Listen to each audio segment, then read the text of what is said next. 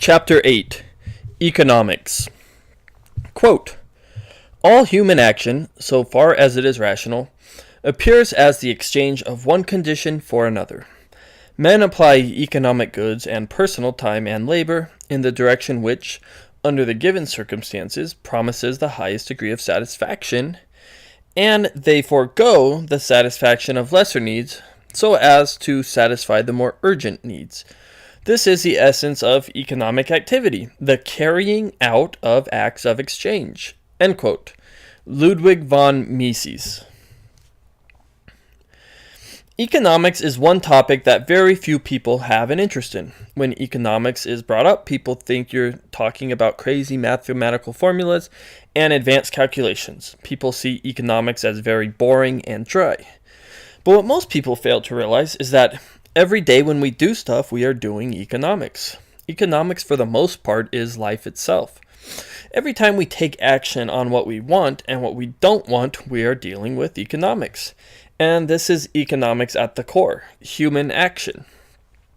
We live in a world with a fixed amount of resources. There are only so many resources to go around. We can't do everything we want to do. We have to pick and choose, and we have to prioritize. And if we don't like our current situation, we can improve it by doing something about it, or we can live with it by doing nothing about it. This is economics. Economics deals with the production, distribution, and consumption of resources. If there are two people on an island and only one of them has a fish, then economics deals with how that situation is handled. One person may eat and the other may starve. One person may cut the fish in half and give the other half to the other person, and they both may eat half of a fish. One person may eat and another may go catch his own fish to eat. There are various ways to handle the situation, and all of them deal with economics. Now, I know that is just a simple example, but almost all economics deals with the same fundamentals, but just on a much larger scale. Just as the fundamentals of math don't change when you use bigger numbers, the fundamentals of economics don't change when you use bigger numbers either. It's all the same thing, just at a larger scale.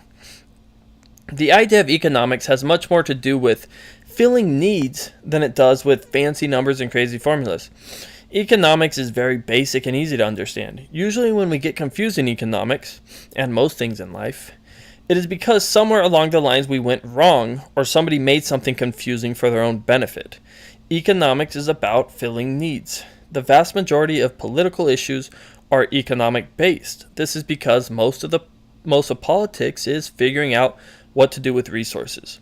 This section is in this book because economics is a prerequisite to government. You can't talk about government without first understanding economics. Island story. Let's start economics off with a story. Economics can be explained much easier when you look at it on a small, immediate level. Let's say you're shipwrecked on a deserted island with two other friends. So there are 3 people total on an island, and you guys need to figure something out. So you prioritize. What are the immediate things that you need? Well, you need water, food, and some type of shelter. So you divide the tasks. One of you finds a way to get water, another looks around for food, and another looks for shelter. This right here is the start of an economy. Since the people on the deserted island are pretty much starting with nothing, most of their time is spent working rather than relaxing. There is very little time for any thinking or relaxation because all their time is spent surviving. But after a couple of months on the island and after lots of hard work, the group of friends has finally started to find ways to make their lives a little easier. They now have a shelter, and they don't have to spend all their time building it. The shelter is built. All they have to do is maintain it now. So the guy working on the shelter has some extra free time now. They also have found a nearby spot where they can catch fish, and they also know where they can go to collect other types of food. So the food guy has more free time also. They also now have a water irrigation system in place where they know how to make sure they always have enough water now. So the water guy also has more free time. So now that these guys are a bit further down the road, they have developed their economy a bit. They don't have to spend all their time trying to take care of their immediate needs. They have found a way to use systems and tools in place of themselves to help make things easier. By doing this, they now have more free time to relax, think, have fun, or come up with more ways to make their lives better. This is the basics to an economy: prioritizing and taking care of business. When you have taken care of things and done your chores, you may have some extra time left over for your own things. If you develop tools and ways to make things more efficient, then you make your life even easier by allowing efficiency to do the work instead of yourself. Scarcity. We have economics because we live in a scarce world. If we all had everything that we needed and everything we thought of magically appeared in front of us, then we wouldn't need to have economics. We wouldn't need to prioritize and figure out what is most important for the time being. But since we live in a world of scarcity, we do have to prioritize. Since money doesn't grow on trees and things don't just appear out of nowhere, we have to deal with matters of economics. If we all lived in a spiritual reality, then we wouldn't have to worry about this kind of stuff. But we don't. We're stuck here on Earth, so we had better figure out how to make the most of it. Balance. Everything in the world is always in a state of flux where it seeks to find equilibrium. When there are more resources in a particular area, they generally flow to an area where there are less resources. The places with less resources trade what they have a lot of for what they have a little of. Economics is always finding balance between resources. The country with lots of oil but little technology trades the oil for technology. The person with lots of skills in building engines trades his services for the person with lots of skills in making clothing. We generally place lower value on things that we have a lot of, and we place greater value on things that we have very little of. Value is relative. If you're stranded in a desert with no water, then water becomes the most valuable thing.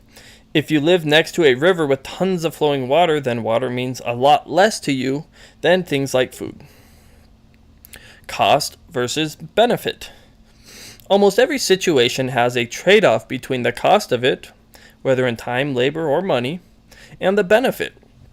Something that somebody will do for $1,000, they might not do for $10. Some people may give an hour of their time for something if they like what they are getting out of it. These same people may not give 10 hours of their time for some other thing. We all have a threshold of where we draw the line for certain things. Everything has a cost and benefit built into it. Things that take a lot of time or labor are generally things that have a greater benefit or payoff. There is a greater reward for digging up a piece of gold than for digging up a piece of copper because it is much harder and takes longer to find gold. Gold is more rare. There is a greater reward for building a house than building a desk. A house takes a lot more planning, resources, and time, and as a result is usually a greater payoff than a desk. Sacrifice and innovation. There are two basic ways in which we can get more of a reward for less of a price: sacrifice or innovation. With sacrifice, we're basically putting off something we could have or do right now for something that will be greater in the future. Sacrifice is a way of exchanging something in the short term for something in the long term. If we sacrifice our time, labor, or income, we generally free up the resources to enable us to achieve a greater reward in the future. For example, let's say we are on an island with nothing but our bare hands. This island happens to have plenty of fish to eat, but it usually takes us 4 hours to catch a fish because we are using our bare hands. Let's say that we usually spend 4 hours of our day catching a fish and the rest of our day playing around. We catch 1 fish a day and we eat 1 fish a day. We are okay for the time being, but what if something happens and maybe there are no fish to catch for a week? What if we get sick and we are no longer able to fish for a few days? How will we eat? Well, we probably need some type of fish savings. It would probably be smart to save a few extra fish for a rainy day. So we can do that through two main ways: sacrifice or innovation. We can either sacrifice some of our extra time to catch more fish, or we could find a way to catch more fish in the 4 hours of time by innovating. If we decide to sacrifice our own leisure time, we may decide to work an extra 4 hours a day and spend 4 hours less on leisure time. This would amount to us spending 8 hours a day total catching fish and the rest of our time playing. We would have less playtime, but we would also have 2 fish a day rather than just 1. This is the sacrifice option. We could also innovate. This would involve us improving the process of catching fish. Catching one fish every 4 hours with our bare hands is hard work. But what if we sat down and thought about a way to improve the fish catching process? What if we spent 4 hours of our leisure time finding a way to catch more than one fish every 4 hours?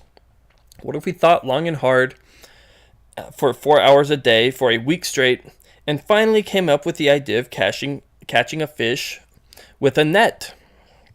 Then we would be able to catch roughly one fish every hour. This would then make it to where we would only have to spend 1 hour a day catching fish with a net and free up an extra 3 hours a day to either have more leisure time or come up with more ways to improve things. This is the innovation approach. Innovation is usually more worthwhile than sacrifice because it makes things more efficient. Efficiency streamlines processes and replaces hard work with smart work. Advancement basically falls into these two categories. We can make things better for each other, usually by sacrificing ourselves or by innovating and coming up with a more efficient way to do things. This is a very important point to understand when it comes to economics because many people think it is possible to raise the standard of living of people and make our lives better without following these basic fundamental guidelines. But it usually is not possible. You can't really get something for nothing. Most things require work. If you want to make something easier, you're probably going to need to sacrifice or innovate. So this is an overview of the basics of economics. As you can see, it has very little to do with math and graphs and a lot more to do with practicality and common sense. Money. What is money? We hear the word all the time, we use it all the time, but do we really know what it is and why we use it? What gives our money its value? Why are some types of money more valuable than others? Why do we use some types of money but not other types? Why is money issued by governments? These are all questions that are important to understand when dealing with economics. Before money, we used to barter. If one person had something that the other person wanted, they would trade it between each other or barter. If I have food and you have water, we can both trade what we have with each other and share our food and water. We both come out ahead. If I can make you clothes and you can make me a house, then we can trade services. This is a very good system and can go on for quite a while, but there comes a point where bartering starts to have limitations. It's pretty straightforward for somebody to trade an apple for an orange or cotton for wheat. But what about when somebody wants to trade a horse for an apple? What if the apple guy only has 100 apples, but the guy with the horse wants 1,000 apples for his horse? Well, the trade is no good. He's out of luck. He can't really cut his horse into 10 pieces and give the apple guy one horse piece for 100 apples. There isn't a way to divide things in a bartering system. At least not directly anyway. Moreover, it is also hard to price things in a bartering system. How much is a horse worth? Do you price it in apples or do you price it in loaves of bread? How do you know how much something is worth if you're using different scales to measure its value each time? It becomes tricky trying to measure something in apples, loaves of bread, cotton, or whatever else there is. So to solve this problem, as bartering develops, certain items tend to become more popular and act as a medium of exchange. What this means is that certain items that everybody uses become an in-between unit that people use to exchange for stuff. So if somebody with a horse wants to trade with a guy who has apples, he can't really do it because his horse is much more valuable. So what starts to happen is certain items become mediums of exchange. The guy with the horse might sell his horse for 1,000 pieces of cotton, and then he might exchange one piece of cotton for one orange. This way he gets what he wants and he doesn't have to hold a ton of items that are perishable or that he won't be able to sell in the future. In this example, the cotton would be the medium of exchange because the man with the horse uses this to indirectly buy what he does want. He trades his horse for cotton and then uses the cotton to buy his apples. He holds the extra cotton to buy more fresh apples when the time is right. As economies grow and bartering increases, certain items naturally become the mediums of exchange. Using something like bread or oranges is good as a medium of exchange because you can have small units of it. But it is bad because it has a shelf life and can only be stored for so long. After a couple of weeks, this product has now gone bad. So over time, and as markets develop, certain items start to become popular as the mediums of exchange. Historically speaking, the two most popular mediums for exchange are gold and silver. This is how we get money. This is how money starts. You have people who are unable to barter their items easily start to use in-between items to barter their items with. The guy with the horse will sell it for gold and then use that gold to buy what he wants. Rather than a direct barter, it is an indirect barter. And this is the basics behind money and economics. All money is an in-between storage of value. It is a way to transform your bartered item, labor, or time into a storage unit. Money is like storing energy. 1 unit of money is a measurement that product, services, and labor is measured against. So money is a storage unit of wealth. If you get paid 3 ounces of silver for 8 hours of work, then 3 ounces of silver represents 8 hours of labor. If you pay 3 ounces of silver for a jacket, then 3 ounces of silver represents a jacket also. So why is it then that gold and silver usually always end up as money? Why not something else like cotton or copper? Why not diamonds or pearls? Gold has traditionally been used as money because it fulfills many of the needs as to what money should be. Gold is scarce, desirable, uniform, durable, and malleable. All of these qualities make gold a very nice fit to serve as money. It is easy to resize, you don't need a lot of it since it is scarce, and it doesn't tarnish or break. An ounce of gold today is the same as an ounce of gold 1,000 years ago. Gold is usually money because there isn't anything better to use for money.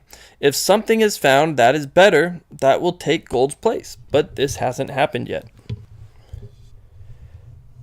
Banking. As economies became more complex, carrying around a bunch of gold and silver became quite a burden. Storing gold and silver at your house was also quite a risk. What if somebody stole it? How do you keep it safe and protect it? Well, this is where the business of banking comes in, and this is where you need to pay attention. With people now using gold as money, banks would offer to store the gold for people and in exchange would give them a receipt. If you didn't feel safe about storing your gold at your house, and if you didn't really like carrying it around with you, you always had the ability to give it to a bank. In exchange for your gold, the bank would hand you a receipt saying that they have whatever amount of gold in storage for you. Both parties are happy here. You pay the bank a small fee to look after your hard-earned money, and you no longer have to worry about protecting your money. So if you had 100 ounces of gold and handed it to a bank, they would give you a receipt saying that they were holding 100 ounces of gold for you. At any time, you could walk into the bank, hand them the receipt, and they would hand you 100 ounces of gold. Simple, right? Because of this great convenience, it became popular for people to simply exchange gold receipts rather than physical gold coins. You could hand me a gold receipt for 1/4 an ounce of gold, and I could go drive down to the bank and redeem 1/4 an ounce of gold. So this is how paper money comes about. We start to use paper that represents gold. There is a very important thing to notice here. Your receipt or card is backed by gold. At any time, you could go hand this receipt to the bank and get the amount of gold that it says on your receipt. There is value there. That receipt is valuable. It's like a receipt for a new pair of shoes you bought at a store. That receipt says you bought those shoes, and with that receipt, you are able to return your shoes and get a refund. The receipt has value. But with a system like this comes a temptation for a bank to make a little extra money by playing a little trickery. In the past, banks would notice that most people would just leave their gold in the bank and never really take it out. A bank might have 100 gold receipts out for 100 different people and notice that only 10 of these people are pulling their gold out of the bank at a time. The other 90 people are holding onto their receipts and not wanting to pull their gold out. So it became common for banks to always have about 90% of the gold in their vaults just sitting there. There was really only about 10% of the gold that people would need to pull out. Most of what was deposited just sat there. Loans. So we all know banks are also in the business of making loans. And in order to make a loan, banks need to have money to loan out. When somebody gives you a loan, they usually lend you something they have. If a friend loans you money, they put up their own money. But if a bank loans you money, they don't put up their own money, they put up other people's money. Since traditionally banks usually had about 90% of other people's money just sitting in their vaults, they decided that it would be a good idea to just loan this money out instead of their own money. And so that's what they did. Now, this isn't necessarily a terrible idea if the bank tells you about this and you know that they're doing it, but they don't. This is how pretty much all banks operate in this day and age, but most people don't know it. When a bank gives you a loan for a new house, it isn't their money, it's somebody else's money. The problem with this is that if everybody went to take their money out of the bank would not be able to give everybody their money. The bank would be bankrupt. You think that your money is sitting in the bank safe and sound, but in reality your money is being loaned to many different people for many different things, some safe, some not so safe. The bank relies on the fact that not everybody will pull their money out all at once, similar to an insurance company hoping that everybody will not make a claim all at once. But if everybody does, there's a big problem, and this is what would happen in the past. A bank might lend out a little too much money and people would start to smell something funny. People would try to pull their money out and find out that the bank could only give them some of their money. Others would catch wind of this and try to pull their money too. Eventually everyone would catch on to this and there would be a bank run where everyone would try to pull their money out of the bank while they still could. Obviously, a lot of people would not be able to pull their money out in time and would be left holding the bag, so to speak. This is the history of banking, and this is what banks do. But it is much, much more hardcore in this day and age, which brings us to our next topic. Inflation and deflation.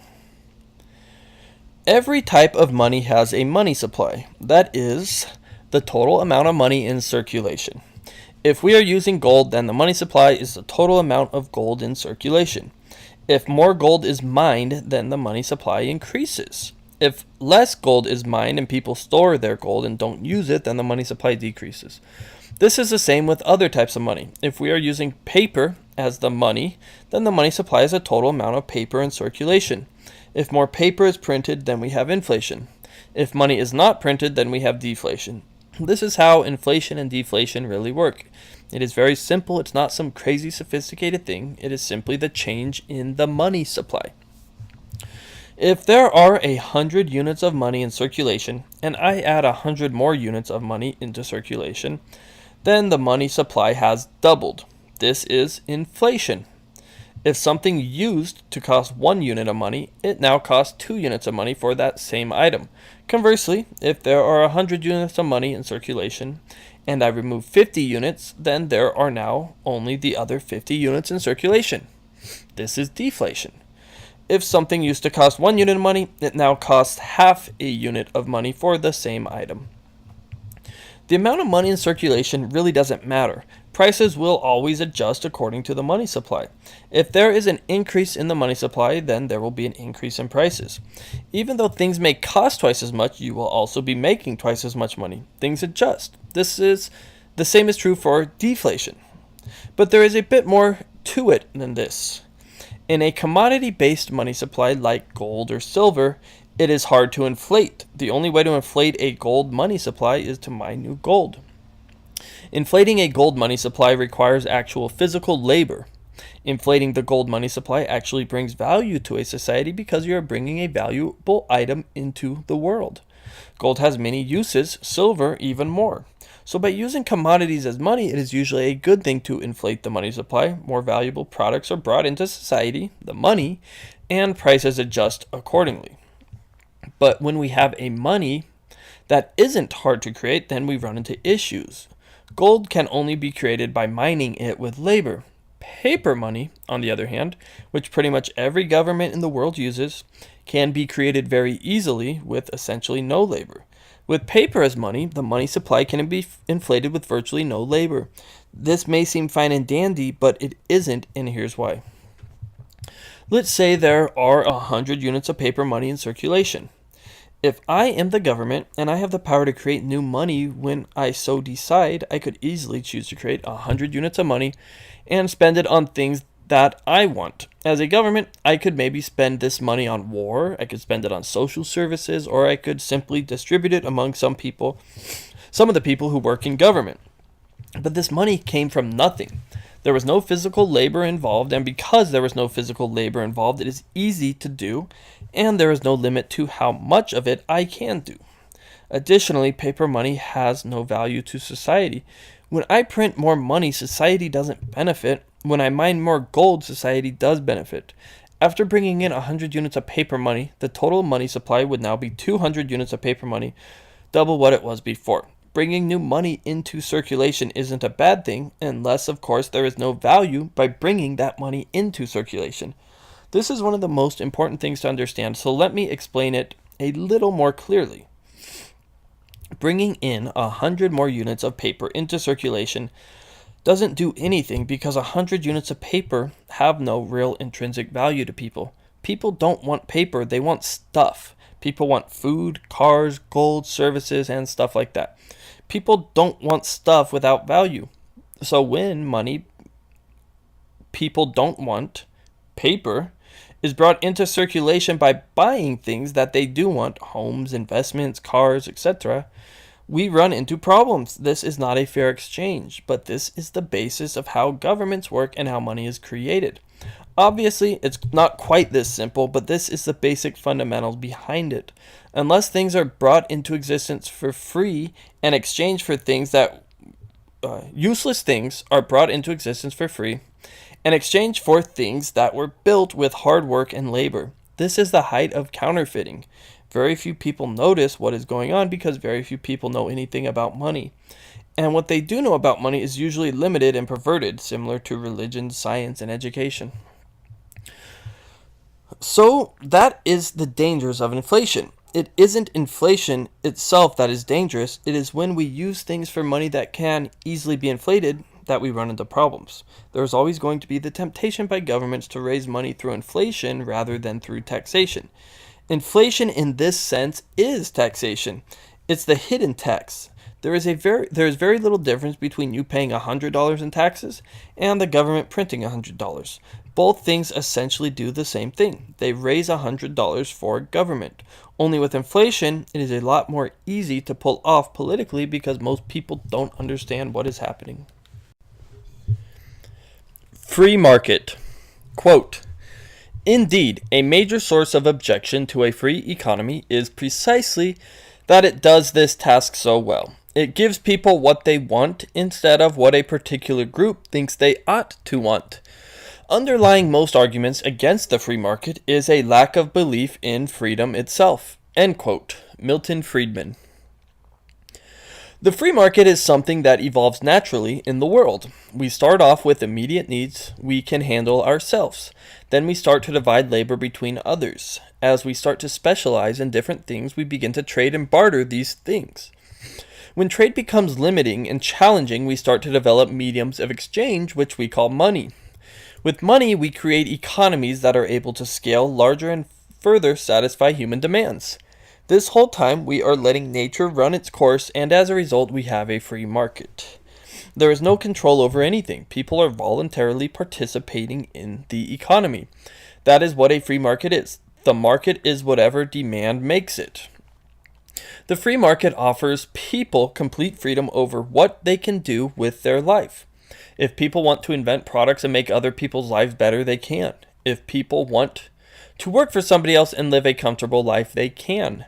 But if people want to just sit around and not work, then they're going to have to accept not having the quality of life of those people that do work. The free market gives back what people put into it. If people put lots of time into building a business, they will do well in a free society. If people waste lots of time playing around and never get any work done, then they are going to have problems in a free society if they don't take care of their work first.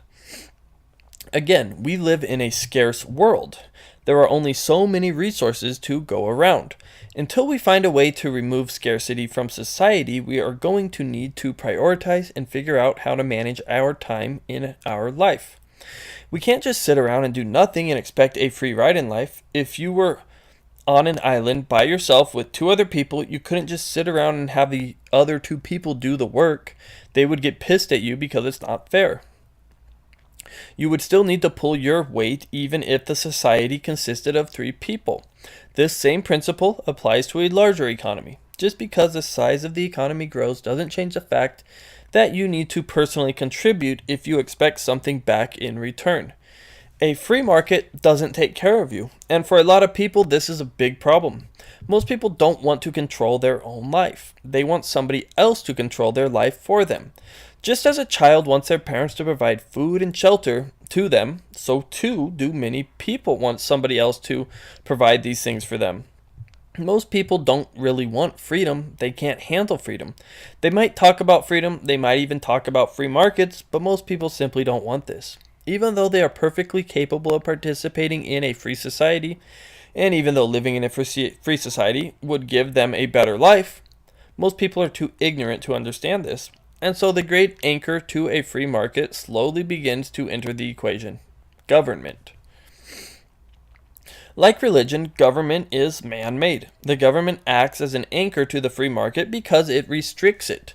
Out of ignorance, people almost always feel that they need a government to start taking care of them. The free market allows complete freedom, which to some people begins to become scary. It starts to become scary that another person can rip somebody off. You actually have to think before you do something in the free market. You actually have to be educated to participate in the free market.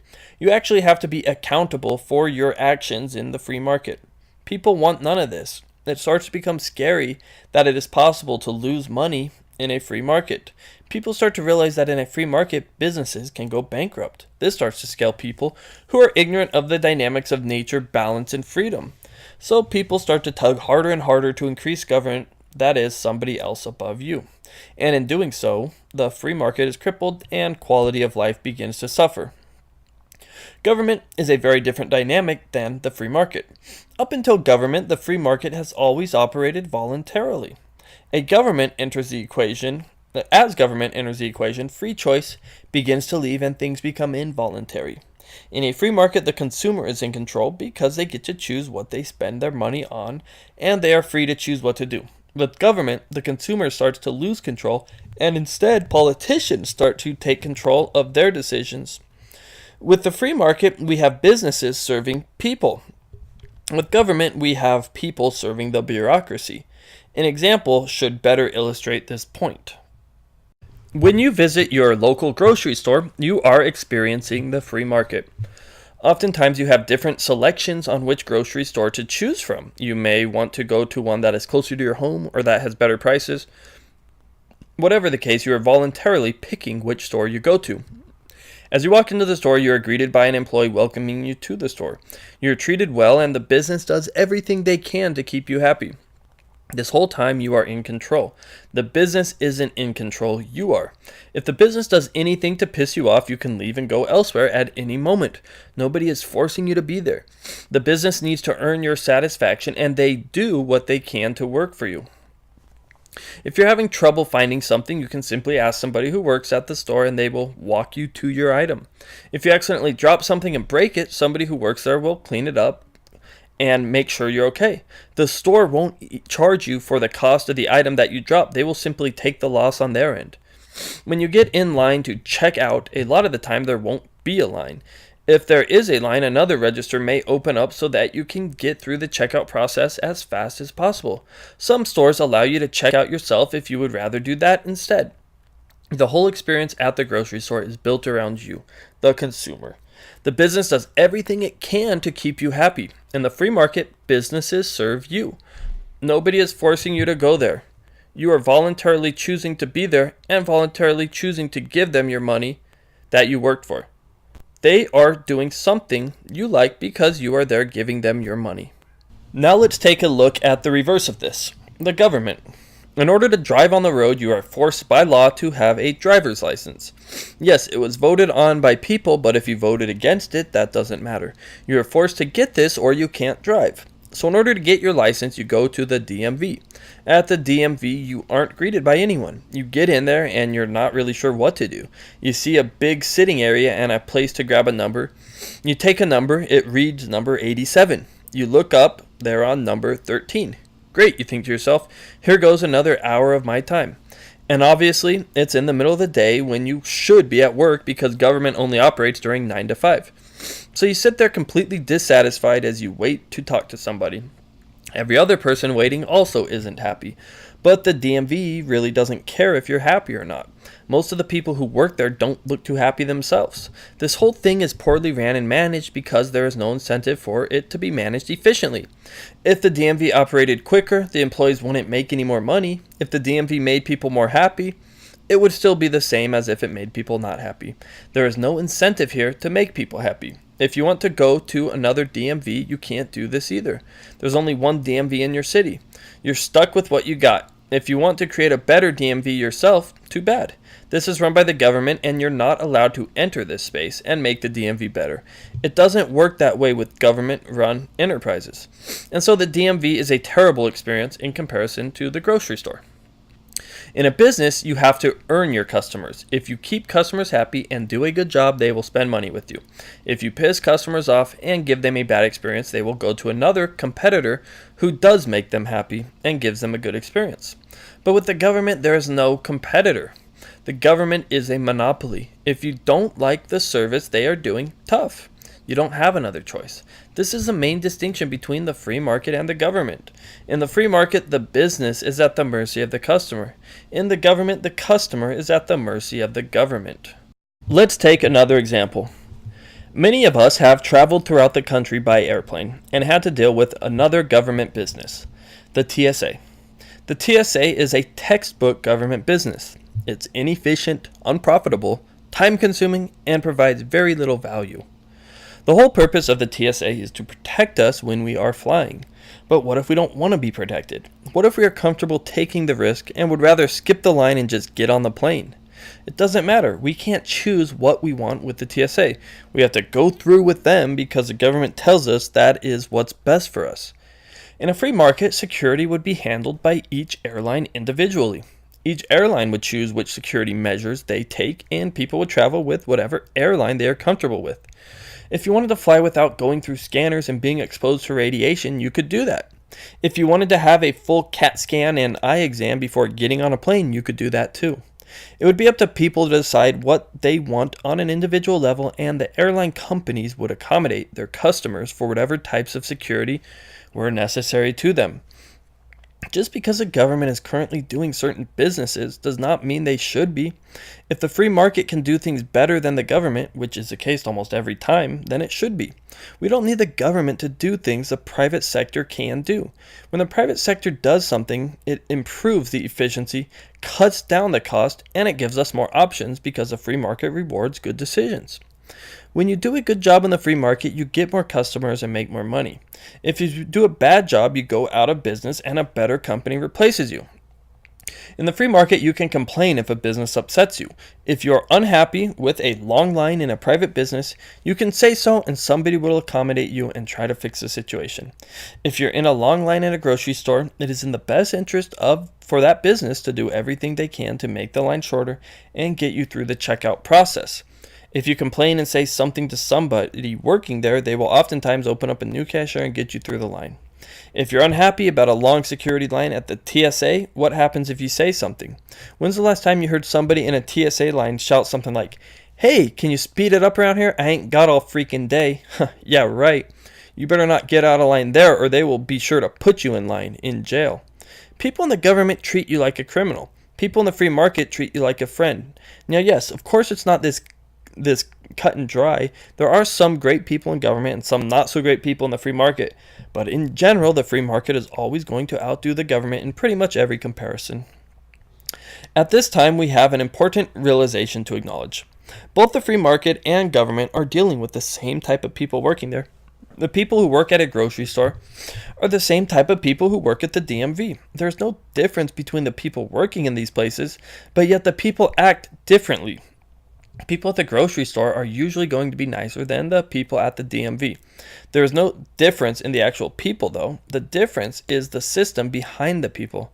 The actual system in place and the dynamics of the system are what make people in the free market act differently than people in government. You can take two of the same type of people and put one in the free market and one in the government. Both systems will make the same people act very differently. One will make one want to serve you. The other will make one want to serve them. These are still the same type of people, but the systems make them different. The free market is better at pretty much everything than the government. Things cost less with the free market because resources are used more efficiently. There is less waste and less middlemen in the free market. In the free market, things of value rise to the top and things of burden fall to the bottom. The free market is also more moral. With the free market, we have the choice of what to do. We are able to exercise our free will in the free market. With government, somebody else's free will is forced upon us. With the government, we are forced to do things even if we don't want to or like the outcome. The control and power is taken away from us and given to others. This is what we defined earlier as evil. So we have to ask ourselves, why on earth do we create systems that make people worse?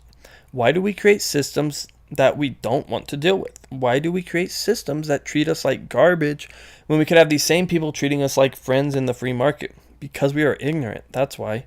Government has very little place in an educated, wise society. As people become more wise, freedom increases. As they become more ignorant, government increases. Which society do we really want? Voting with money. There is another inherent part of the free market that is very important. When we do something with money in the free market, we are essentially casting a vote. When we buy a new pair of shoes, we buy the shoes that we want. When we buy a new car, we buy the car that we want. We generally spend our money on what we want, and we don't spend our money on what we don't want. We are usually very careful about what we spend our money on. So money is, in a way, an accurate way to vote. In fact, money is pretty much the best way to measure our votes. We've all heard the saying, put your money where your mouth is. What this is essentially saying is that if you really believe in what you are saying, then you would back it up by putting your own skin in the game.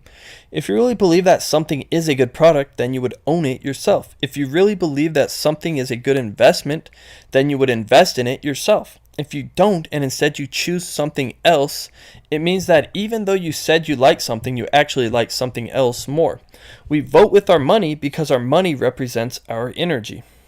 It is also worth noting that other people generally spend our money worse than ourselves. If you were to give somebody $100 and tell them to buy you a gift, they would probably spend it on something of less importance than if you were to spend it yourself.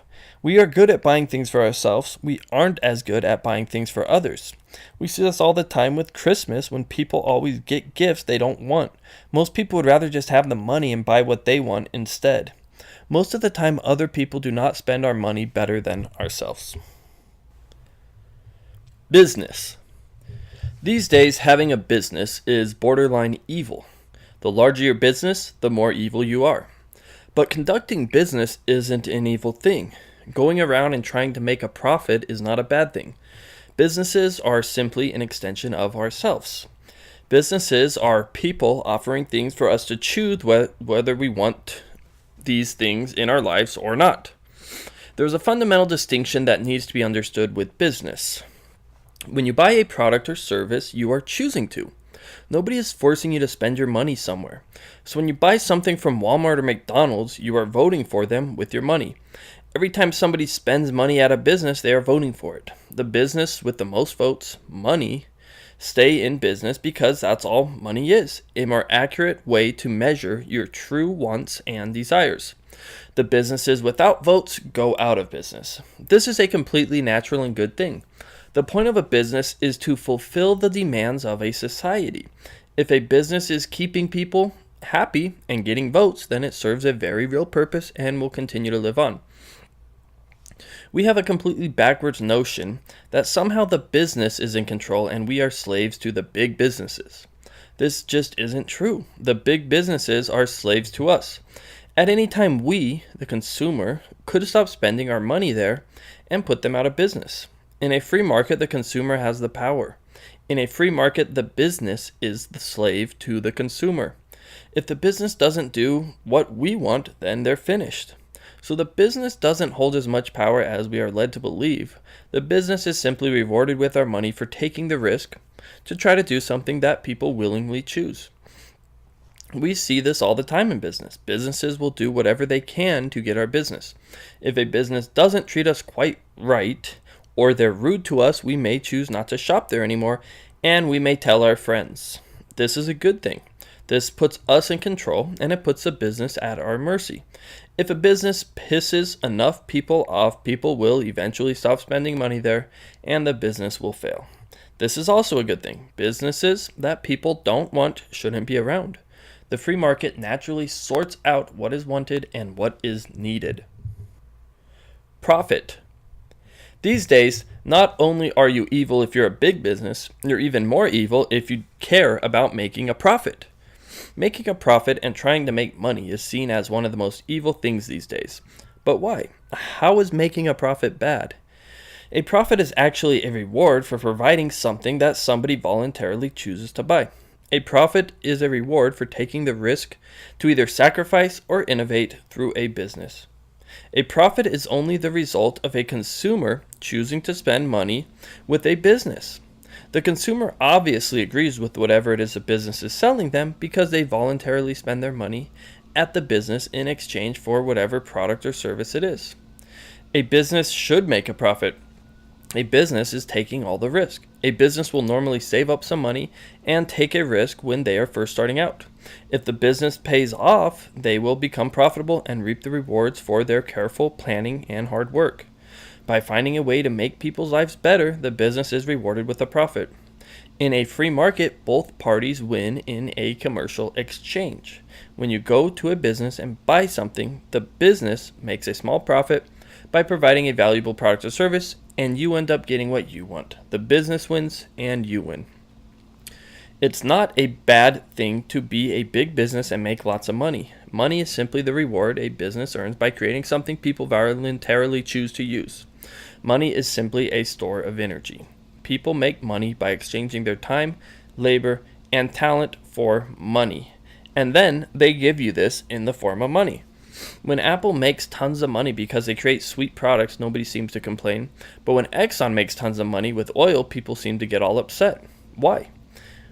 We're the ones buying the oil. We all drive cars. Not happy about it? Then do something about it. But stop complaining about Exxon or any other oil company making a profit for providing something that people need and use every day. Companies that are big are usually big because they are better than their competitors at doing whatever it is that needs to be done. Big companies have found ways to supply what consumers want better than everyone else. Making customers happy is not a crime. Monopoly. All the time we hear about big companies and monopolies. Here is a little secret that most people don't know. Monopolies are almost always a result of government. Without government intervention, it is very hard for a company to establish a monopoly. We first need to define what we mean by monopoly. By definition, a monopoly is the exclusive possession or control of the supply or trade in a commodity or service. By definition, the absolute biggest monopoly is not an oil company or Walmart, it's government. Government is a monopoly. So if you're upset about monopolies, then look no further than the largest one, your government. Private companies don't hold monopolies, and if they do, it is by grant of right by the government. For centuries, the word monopoly meant a grant of special privilege on the part of the government to different businesses for exclusive production or sale of a product. The government forces the company to be a monopoly. A study of history will show this. Most monopolies throughout history are not because a company is creating a monopoly, but rather because a less efficient competitor is upset about losing business to a more efficient competitor. So the less efficient companies use the government to destroy their more efficient and profitable competitors. We need to look at things from the viewpoint of the consumer. How is it making our lives worse if a large company does a better job at something than a small company? This is not a monopoly. This is efficiency. What should be shunned is low-quality, inefficient companies, not big, efficient companies. If the big company really is a monopoly and they are unfairly setting prices high, then we can come in and offset that problem by starting our own business and setting prices lower. The free market is set to balance imbalances like monopolies out. If a monopoly comes along and keeps the prices really high for a product, then it creates an opportunity for another business to come in and offer the same product at a fair price. If a company really is a monopoly, then you can stop using it. If you don't like the way Walmart does business and you think it's a monopoly, stop shopping there. If enough people don't like a business, they will stop shopping there and it will go under. A monopoly doesn't have control over you in a truly free market. If a monopoly tries to control a market, a competitor will come along and fix that imbalance. The only reason we don't see it this way is because we don't have free markets and the government always gets involved with things. I will say it again in plain English. Almost all the monopolies we have seen, both past and present, are almost always a result of the government. Without government intervention, we would have a lot less monopolies, if any. A monopoly is a highly hyped up concept that really doesn't exist in a free market. Monopoly is a misused and abused word that has been branded incorrectly, just like many other words. The government is involved in military, police, courts, roads, banking, energy, education, food, and medicine, to name a few. The only industries that the government isn't involved in are the ones that are 10 years ahead of them and that they haven't caught up to yet. And you will do well to notice that almost all of these industries are made worse because of the government.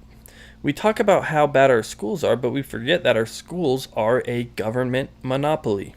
If we want to educate outside of the government school system, we can't without their approval on what we teach. We can't do business these days in most industries without the government monopoly first allowing us, the competitor, to do business against them. Everyday Americans participate in the biggest monopoly of all and have absolutely no problem with it.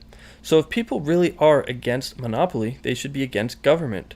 If you want to get rid of the largest groups that control production and services, then you should want to get rid of the government. There is no business that holds more control than the government. If you want to talk monopoly, let's talk government. Competition. The whole point of a free market is to allow for competition.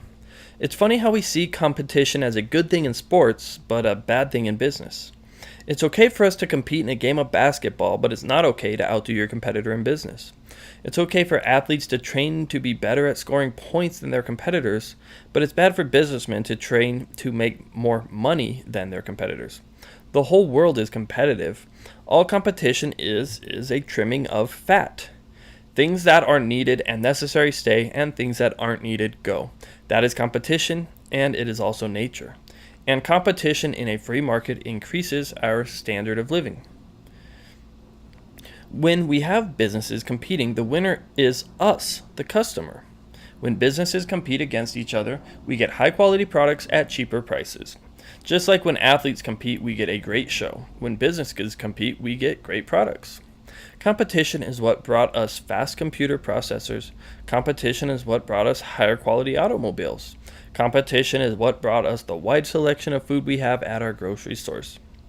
Competition also brought us many of the conveniences we use on a daily basis like electricity, running water, and so forth. Competition improves things. Competition isn't a bad thing. Competition is basically change, and change is part of nature. Everything changes, things optimize. The unnecessary becomes replaced with the necessary. When a business goes under, it might suck, but it goes under because a new business is doing a better job. It's an overall gain. We gain as a society when a business goes under because it has been replaced by another better business. And this better business will be more efficient and will make our lives better at a lower cost. This is the nature of competition and free societies. Regulation. We often think that markets and businesses need to be regulated. From what? Aren't we free to choose what we want and don't want? If a business really is so bad, then we can choose not to work with them. If a business lies to us, then they will face legal penalties if convicted. Why the need for regulation, though? Aren't we more qualified to make decisions for ourselves than somebody else? We don't need silly regulations to save us from ourselves. We don't need regulations to tell us how to live our lives and what decisions we can make. The only legitimate reason that regulations exist is because we are ignorant. Our ignorance creates regulations. Because we think we are too stupid to choose directly what we want from a business, we allow other people in the government to regulate and tell us how these businesses should operate. All regulation is another way to take away our free will and give it to somebody else. Regulation allows a group of government officials to decide the best way for a business to run. This is completely the reverse of freedom and growth. What makes a regulator the expert on how to run a business? Government officials aren't businessmen. They don't know how to regulate a business. Government officials aren't consumers either. They don't know what the customers want. It's not possible for government to regulate business because the government isn't the consumer. The government can't have a better interest at hand than the consumer. We, as the consumer, can choose what we want. The government can't choose for us. If I want to buy some type of medicine that isn't federally marked as safe, let me. I understand the risks and I understand the savings I will receive by the company not having to jump through 100 hoops before they can put out a product. If people want to pay more for drugs because they want to have them first checked by 100 different agencies, let them. As individuals, we should be free to choose what level of risk we take. I am okay with getting surgery on my arm by somebody who isn't licensed if he has already successfully operated on many other people's arms. I can do my own research and figure out which doctor I want to go see. I don't need the government to tell me who I can use. It's about freedom of choice. And that is what the free market provides. I want all the possible choices, not just the ones the government says I can choose. If we really want to regulate something or inform consumers about a certain thing, it can be done at the consumer's discretion. The consumers can choose to create third-party businesses that operate as a safety check as to whether or not a product or business is safe. People can choose to take the third party's advice or they can choose to go against it. The consumer has the ability to be as informed or as misinformed as they want. This is called freedom, being able to make the choice you want to make. Amazon does a great job of this with customer reviews. Many other online businesses do this as well with their own form of ratings and reviews. Whatever level of review service is needed will be handled by the free market. The free market adapts to fill needs. There are many online websites that review drugs and talk about the various side effects and precautions. Customers who use these drugs also share their valuable information for other potential customers to review at their own discretion. This is the free market in action. Jobs and employment. Automation. We need to stop thinking in terms of jobs and start thinking in terms of quality of life. Is it better to have 100% employment where everyone is doing hard physical work for 12 hours a day, or would it be better to have 0% employment where everyone is having machines doing the work for them and enjoying a higher quality of life than full employment? We need to change the way we look at things. The point of a job isn't to employ someone or to make money. The point of a job is to fill a need. If there is no need to fill, then there is no need for a job. The goal of an economy is to replace jobs with automation. This is a natural part of an economy. This is what the free market is all about. Through innovation, things naturally become more efficient. Say you lived on an island with one other person, and you both spend majority of your time tilling fields, milking cows, and making sure that you had food and water each day. There would be 100% employment, and you would both be working and surviving. You both would have jobs. You may wish you had more free time to do more creative things like play music or study a topic you like, but work simply consumes you too much. By the time you finish taking care of all the daily chores, you are exhausted and have to get your rest. But it doesn't have to be this way. Just because you both are 100% employed doesn't mean that's a good thing. Wouldn't it be better to find some type of way to automate all the monotonous physical tasks so that you could spend your time doing more productive things like studying and creating? It would be much better to have a machine that tills the fields, milks the cows, and makes sure that you have food and water each day. You would be much better off if you were unemployed but had a machine that did all the work for you. You would still get the same result as if you physically did the work yourself, except this time you don't need to spend your time doing it.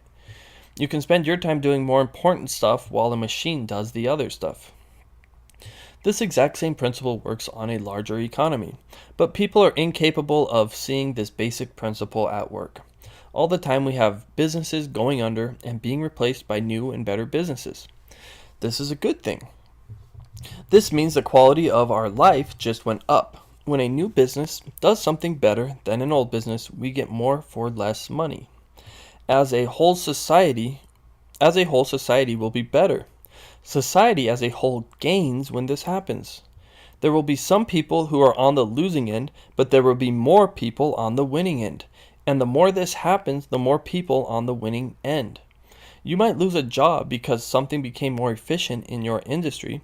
You may no longer be required to do physical labor because a machine can do it. It sucks for you, but it's great for everyone else. And somebody else may lose their job at some point, and it sucks for them, but it's great for you now. But as a whole, everyone ends up winning in the long run. This is how society advances. If we want full employment, we can always go back to physical labor and we can farm our own food.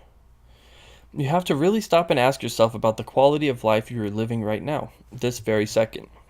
Many of the poorest people today are still living better lives than many of the kings and queens 200 years ago. Even poor people have indoor plumbing, heating and cooling, showers, lights, and many other great innovations that didn't exist 200 years ago. We have tons of things that are awesome, and even the poorest among us are living decent lives. We need to view things from a quality of life perspective, and we need to be fair in our judgment. Unemployment. When we hear the term unemployment, we need to really look deeper. Unemployment is a completely relative term. Unemployment at what cost? Some people will do a job for $10 an hour and some people won't. It's completely relative and entirely nebulous. The term unemployment doesn't matter. As stated earlier, what matters is quality of life. If we want less unemployment, we should remove the minimum wage. The minimum wage keeps people from being employed. A business that may employ somebody at $5 an hour is unable to do so if the minimum wage is set to $8 an hour. There is always a point where employment is priced out. So if we really want employment, we should be willing to work for less money. If we don't want to work for less money, then we can either start our own business or simply not work and keep our time. The option is completely up to us, but there isn't any rule that says we should have 100% employment. It doesn't even make sense. Employment is based entirely on personal decisions and individual needs. If somebody thinks they are too good to work for $8 an hour, then they need to deal with being unemployed. If somebody thinks they are too good to do hard physical work for 10 hours a day, then they need to deal with being unemployed. The world doesn't owe you anything, and employers don't owe you anything. We all need to be willing to work for what we want, and we need to be willing to throw away our ego and start humbly at the bottom if necessary.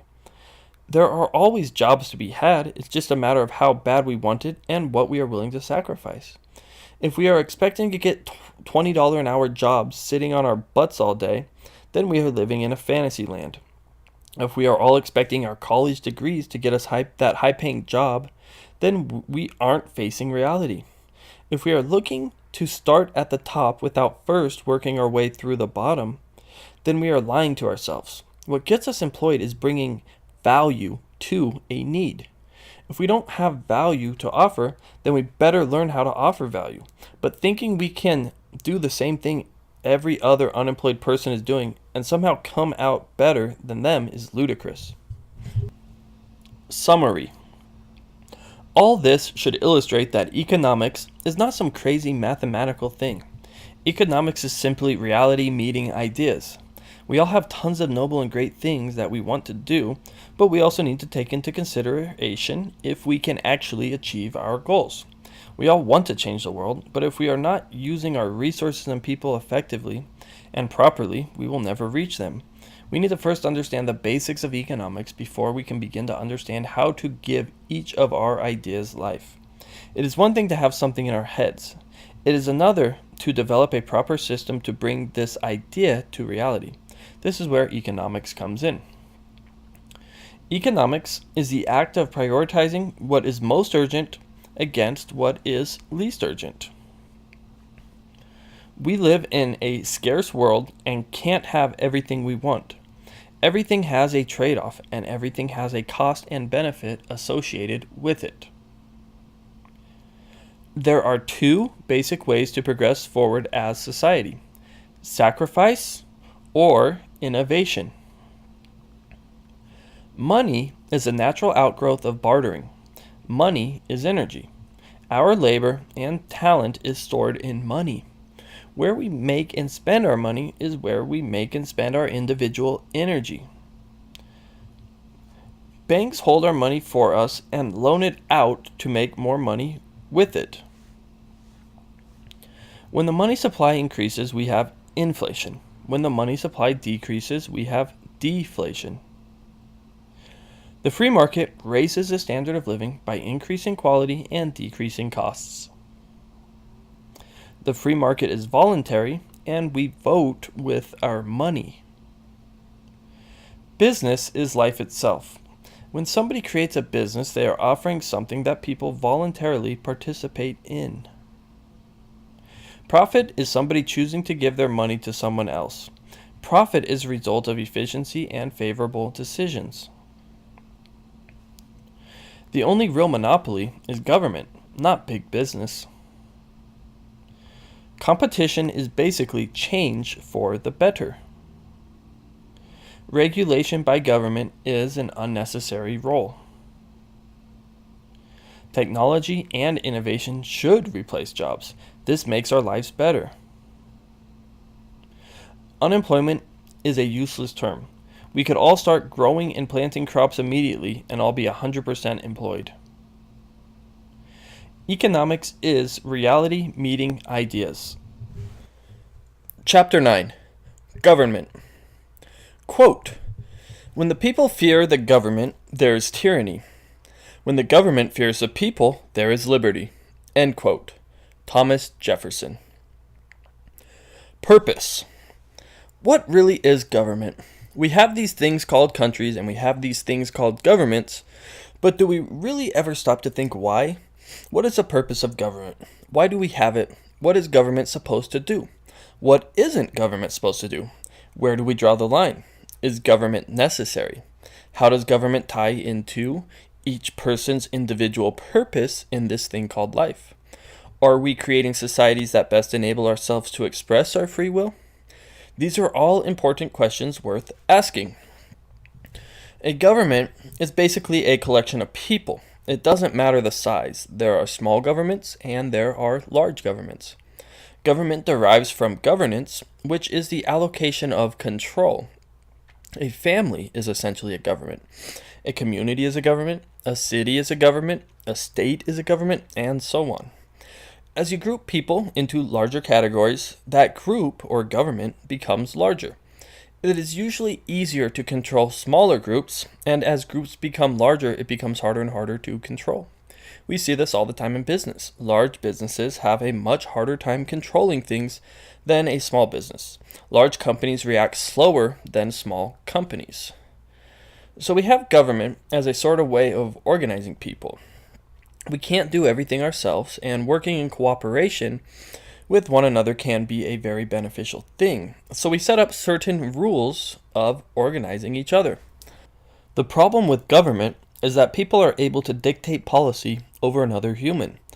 This is one of the most fundamental problems with government.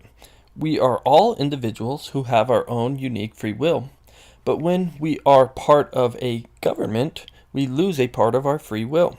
There is no real way to opt out of government. If you don't like how the government does something, you either have to just deal with it or move somewhere else where they deal with that another way.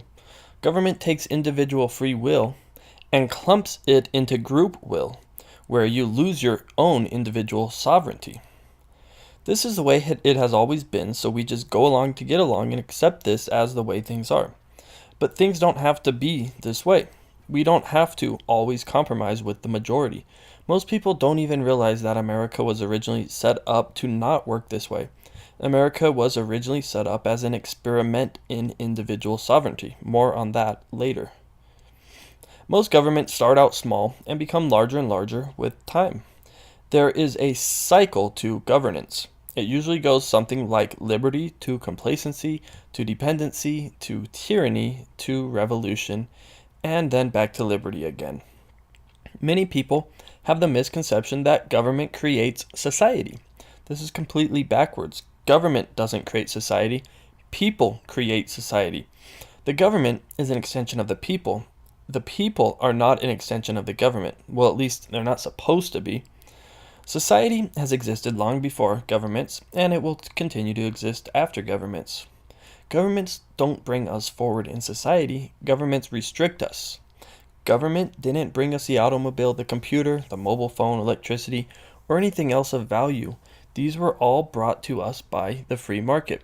The idea that the government provides value to society is a large stretch that is hardly backed by reason.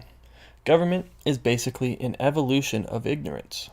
There is a direct correlation between ignorance and government. As ignorance increases, so too does government. As wisdom increases, government decreases. This all goes back to some of the basic parts of life. Free people champion minimal control and maximum freedom. Slaves champion maximum control and minimal freedom. This is the way it has always been. Just as a child needs a parent to look after them, a serf needs a government to look after them. History. When it comes to government, most people simply do not understand history. There is a common saying that those who forget history are destined to repeat it. And it's completely true. Almost every political issue we talk about these days has been tested in the past in history. It may not have the exact same name or the exact same parameters, but it's still basically the same thing. We have volumes upon volumes of books outlining history for us, showing us what happens when we do what. We have books upon books talking about what happens when a nation does this and a nation does that. To any educated person, we really don't need to have many political discussions. They have already pretty much been done for us already. We already have historical examples showing us what capitalism produces. We already know what communism produces. We already know what fascism brings us. We have already seen socialism at work. We have already seen what happens to countries that have fiat currency. We have already seen what happens to countries that create central banks. We already know what happens when countries try to police the world. We already know what happens when countries try to take care of everyone. We already know what happens when people live off the government. We already know what happens when commerce is restricted. We already know what happens when freedom is replaced with security. We already know what happens when countries become so successful that the people become complacent. We already know all this. It's written right in front of our eyes, and we choose to ignore it. It's all written in our history, yet we want to be ignorant of it. We want to act like we don't know what these things mean. We go around acting like we want to solve real-world problems, yet we don't read the instruction manuals that detail the solutions to all the problems. I could understand if things like socialism, communism, fascism, and capitalism were unseen mysteries, but they're not. We have historical evidence showing exactly what these things are and what they create, yet we still don't even care to understand them. We don't care enough to study Nazi Germany to see what National Socialism is really about. We don't care enough to study Bolshevik and Soviet Russia to see what communism is really about. We don't care enough to study fascist Italy to see what fascism is really like. We don't care enough to study capitalist early America to see what that is really about. We already know what we get from all these things. There are countless volumes written in detail about what's happened in all these forms of government. But people don't study history. They don't know the past, so they don't know the future. It doesn't matter how many examples we have of things like socialism, communism, and fascism being failures for society. If people don't study history, they will never know this. If people only look at the short-term results of these systems, they will never realize the long-term repercussions of them. If people keep treating history and government the same way a 3-year-old child does, then they will keep sustaining governments no greater than that of a 3-year-old child. If people don't honestly want to understand how to do government right, they will continue to protect their ego while destroying their country. Communism really wasn't all it was played out to be in the Soviet Union. All the while during the Cold War, we were thinking that the Soviet Union was some big powerhouse that was moving the world forward through communism.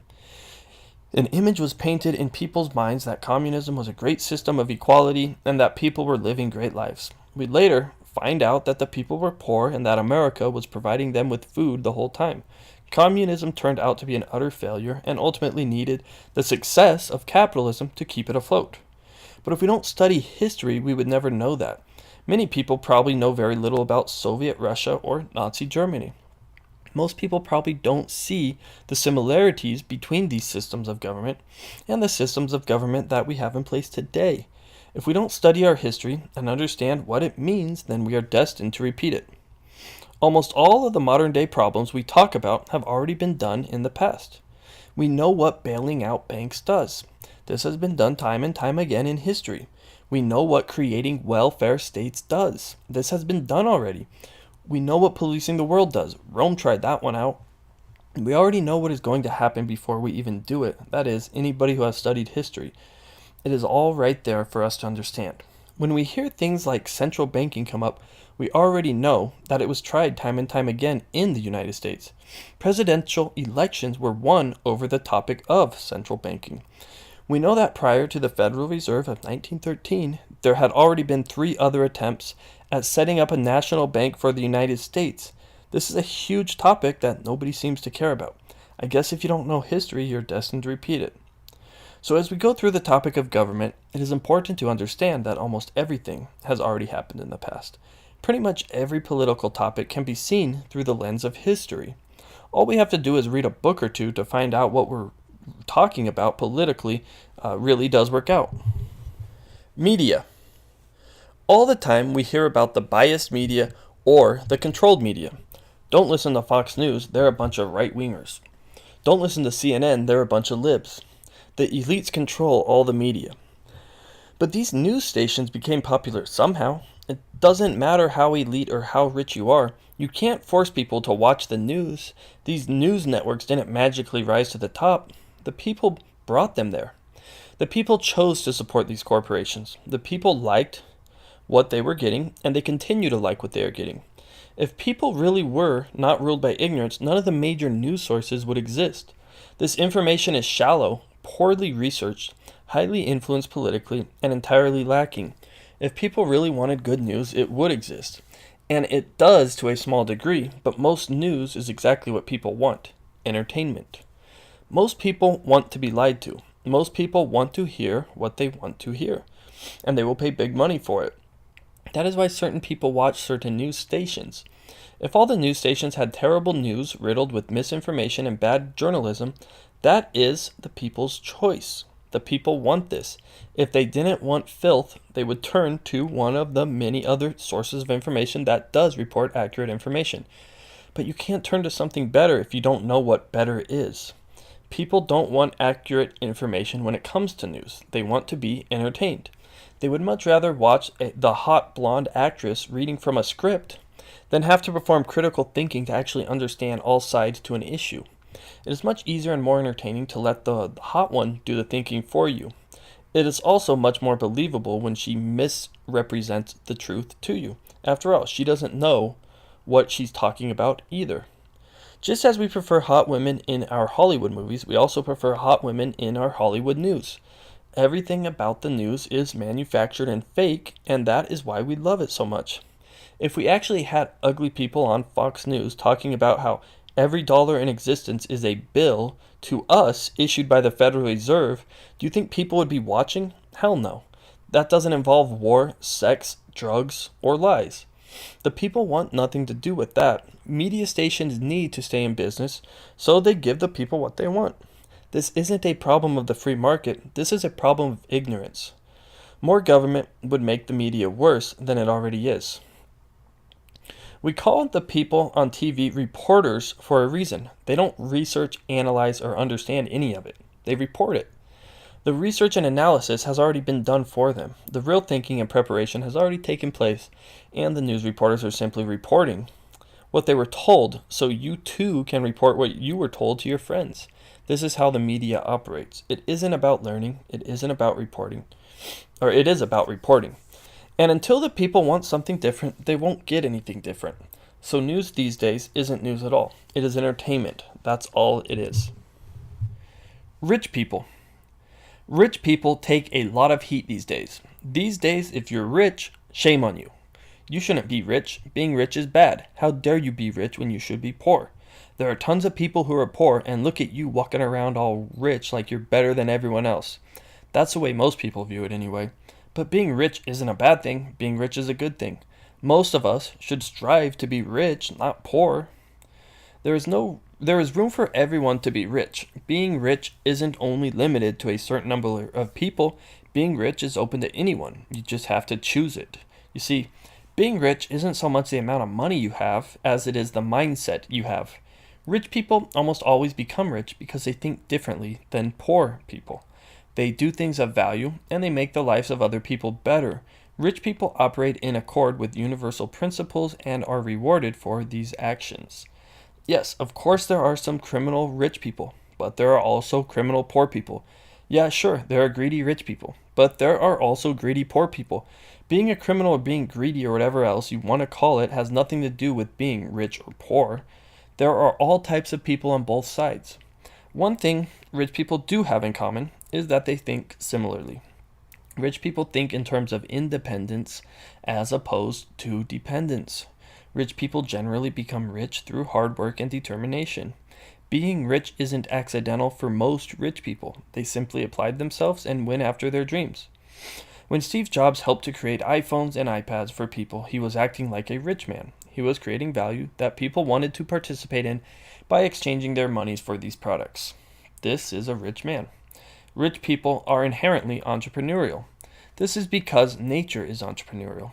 And by being creative and innovative like an entrepreneur, you create wealth for yourself as people choose to participate in the great entrepreneurial things that you do. When you invest in a business like a rich person, you are rewarded for taking the risk to help create a business of value. Investing is a good thing because it allows new ideas to develop that can eventually lead to making our lives better. Rich people generally focus on the long term and not the short term. Most people may be okay making a steady paycheck for the rest of their lives. Rich people are not. Rich people would much rather sacrifice some of their short-term gains for exceptionally large long-term rewards. Rich people focus on the long term because the long term generally involves the process of building and accumulating. Short-term people are usually not building and usually starting over again and again. Long-term people are usually adding to what they already have and using their resources collectively. Rich people generally take the hard road. It's not easy being rich initially, but it gets easier with time. Being rich may sometimes require sacrificing things that you would rather be doing. You may rather be watching something entertaining on TV instead of reading some boring book. But reading the boring book is going to give you the information that you need to change your ways for the better. Sitting around on weekends brainstorming ways to improve a certain procedure may not be as cool as getting drunk, but at the same time it will lead you to becoming rich and it will help other people along the way. Rich people generally do things differently. Rich people don't care about looking like a fool. Rich people don't care what others think of them. Rich people don't need to be like everyone else, and rich people don't need to fit in. Rich people follow their own heart and not the hearts of others. Rich people want to be different because being different and doing things differently is what brings about new things. If most people are the same and poor, then it is much more beneficial to be different and rich. Rich people are generally creative. Rich people know how to think. Rich people do think a lot. Rich people use the gifts that they are given and apply them to the world. Rich people don't take their ability to think for granted. Rich people don't want to be like an animal and just go along without expressing the unique human gift of creativity and thinking. Rich people make use of these special resources that are unique to humans. Being rich is something that is usually earned. So when you see a rich person, it is usually because they deserve it. A rich person is usually the result of nature rewarding their work, innovation, and effort that was put forth by this individual. Nature is simply balancing out the equation by giving back. The rich person simply found a way to get more out of life. As we have discussed earlier, making money isn't a bad thing when done legally. In fact, making money legally usually means that you are helping others. You can't make money in business without doing something that people voluntarily want to spend their own money on. So making money is a good thing, and being rich is a good thing. These days, attacking the rich people politically is common ground. But the rich people are the ones who are providing all the jobs and are doing all the stuff that makes our life better. The rich people are actually the last people we should be attacking. Rich people never force us to do anything we don't want to do. If we are participating in companies of rich people that we don't like, then we are choosing to support what we dislike. It doesn't make sense. We think that it is smart to put a heavier tax on rich people, when in reality, all that will do is reward them less financially for building good businesses and make it harder for them to employ people. Everything we do is backwards because we choose to only look at the immediate selfish effects of our actions and not the long-term consequences for the whole. We need to get over this idea attacking the rich people and instead start attacking ignorance. The problem isn't rich people. The problem is ignorance. Poor people. So now we move on to poor people. Just as it is frowned upon to be rich, it is glorified to be poor these days. Being poor is seen as a good thing. Being poor is seen as pure. If you're poor, that means you're down to earth. It means you're not greedy. It means that you value other people, and it means that you care about things other than money. But this isn't true at all. Just as being rich isn't so much the amount of money in your bank account as it is your mindset, being poor is also a mindset. Poor people think a certain way, and poor people have certain characteristics. And many of the characteristics that poor people possess provide less favorable results than the characteristics of rich people. Here's a big secret. You don't have to be poor. It doesn't matter if you're born poor. It doesn't matter if you became poor. It doesn't matter if you've always been poor. You don't have to be poor. Everyone can be rich. You just have to choose to become that way. Being rich isn't going to land in your lap. It will take work and effort, but at any time you can put the work in to be rich. But if you don't put the work in, you can't complain when somebody is rich and you're not. If you haven't gone through what somebody else has, what makes you think you have a right to have what they have? Of course, some people have it easier than you, so deal with it. Maybe in another life you had a head start that they didn't. It's not about landing magically in the spot that you want. It's about working to the spot that you want from where you currently are. Most poor people are dependent on somebody else. They are not independent. Being independent is almost always the better way to be because it allows a greater expression of free will. Independent people are able to extend themselves more and participate more. People of dependency must submit their free will to the will of those above them. This is how many poor people are.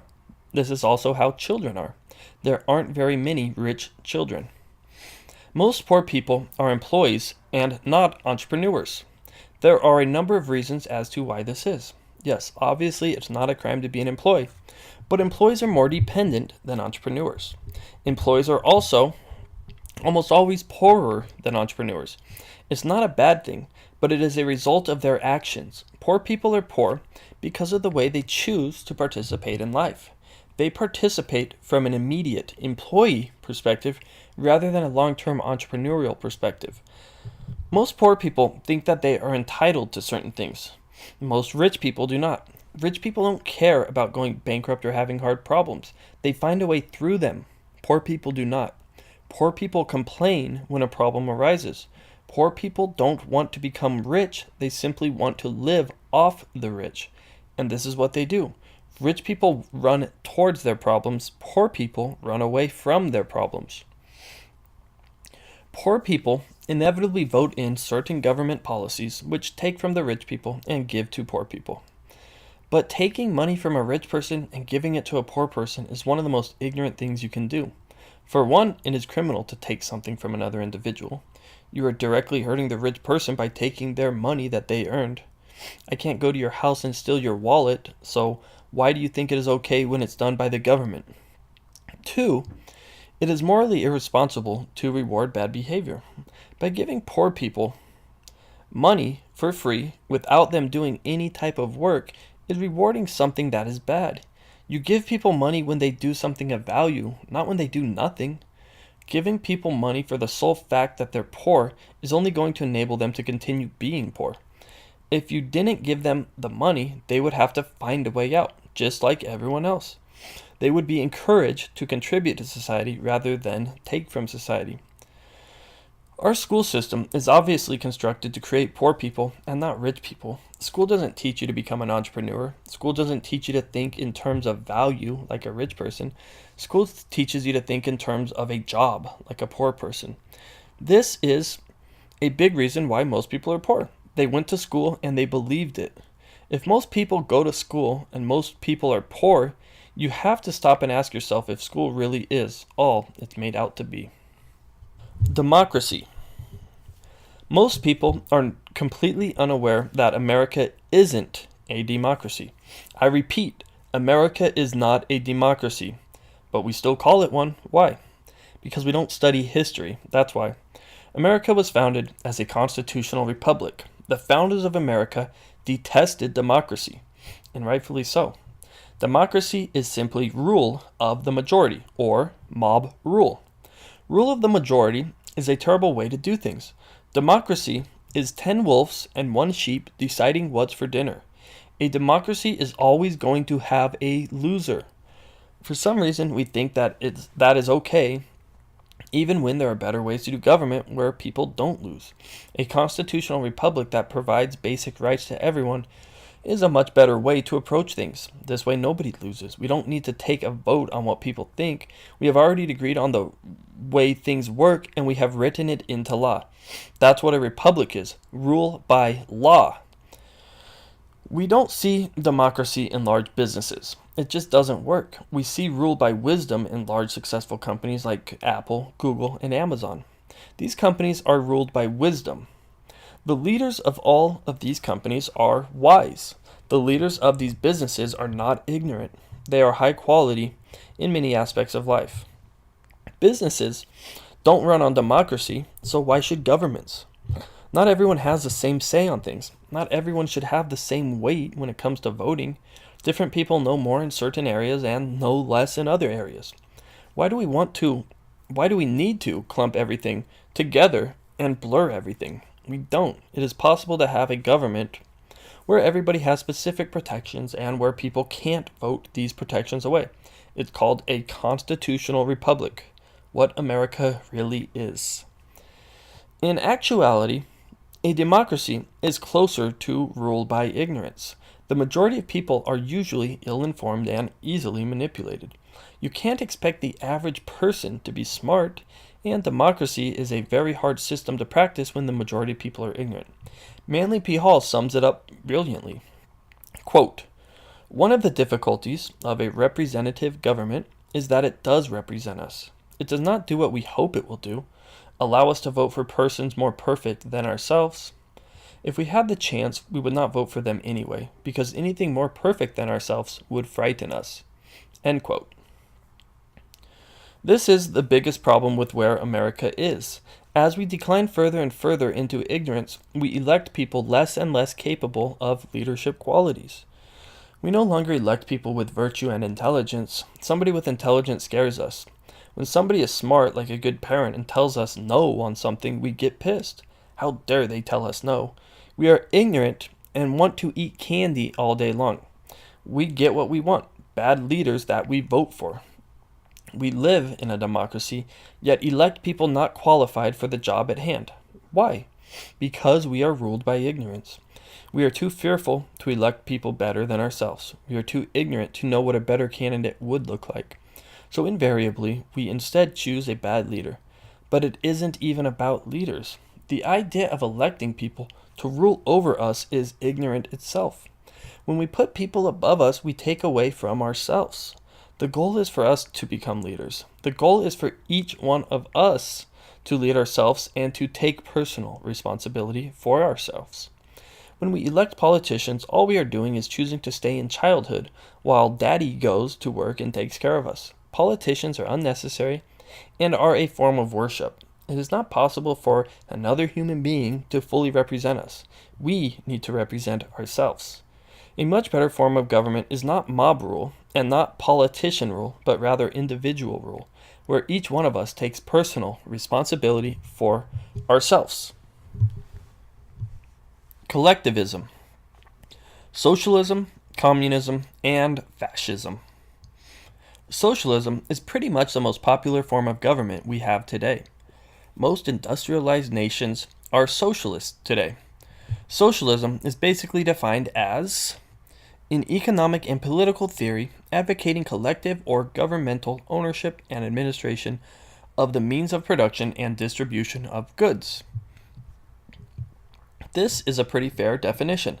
Socialism is basically a hybrid between government ownership and private ownership to various degrees. Communism is defined as a theory advocating elimination of private property, a system in which goods are owned in common and are available to all as needed. Communism and socialism are close twins. Most of what we call socialism today has grown out of communism. Socialism is basically communism for the modern day.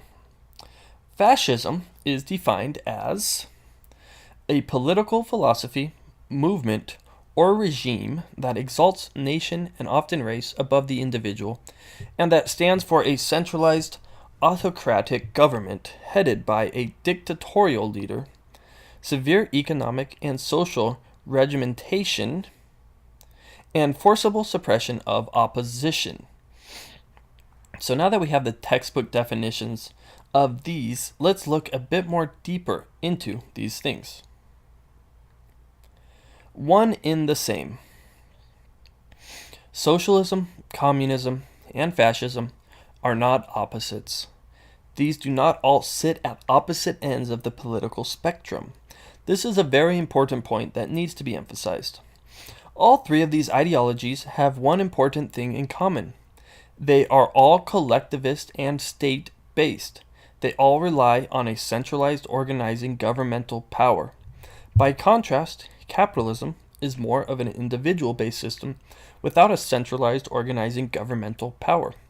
So you have socialism, communism, and fascism on one side of the spectrum as being labeled collectivist, and then you have capitalism on the other side as being labeled individualist. Socialism, communism, and fascism all require a large, powerful government that acts as a central organizing agency. Capitalism requires a minimal, limited government that acts as a servant to individual desires. So fascism is not the opposite of communism. Communism is not the opposite of socialism. These all three represent big government control and limited freedom under a different flavor. While maybe 5% of these ideologies are different, the other 95% of them are the same. By contrast, capitalism is essentially 100% the opposite of all of these. Socialism isn't something that happens overnight. Socialism creeps in. Socialism isn't something that ever exists in its pure form.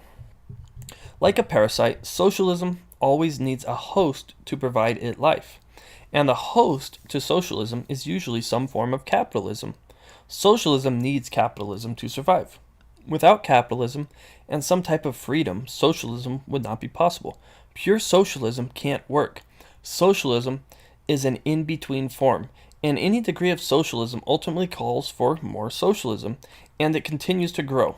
Socialism slowly grows until it is no longer sustainable.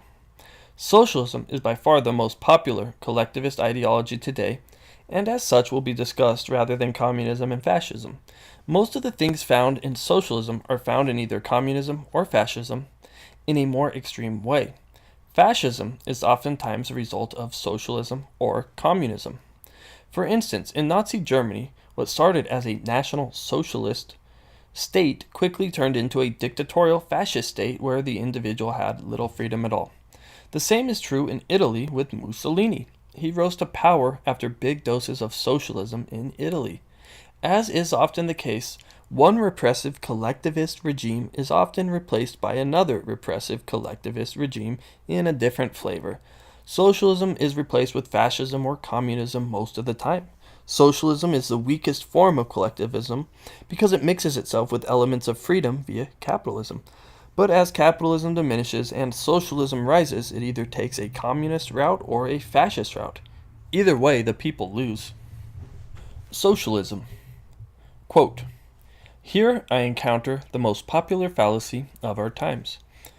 It is not considered sufficient that the law should be just. It must be philanthropic. Nor is it sufficient that the law should guarantee to every citizen the free and inoffensive use of his faculties for physical, intellectual, and moral self-improvement. Instead, it is demanded that the law should directly extend welfare, education, and morality throughout the nation.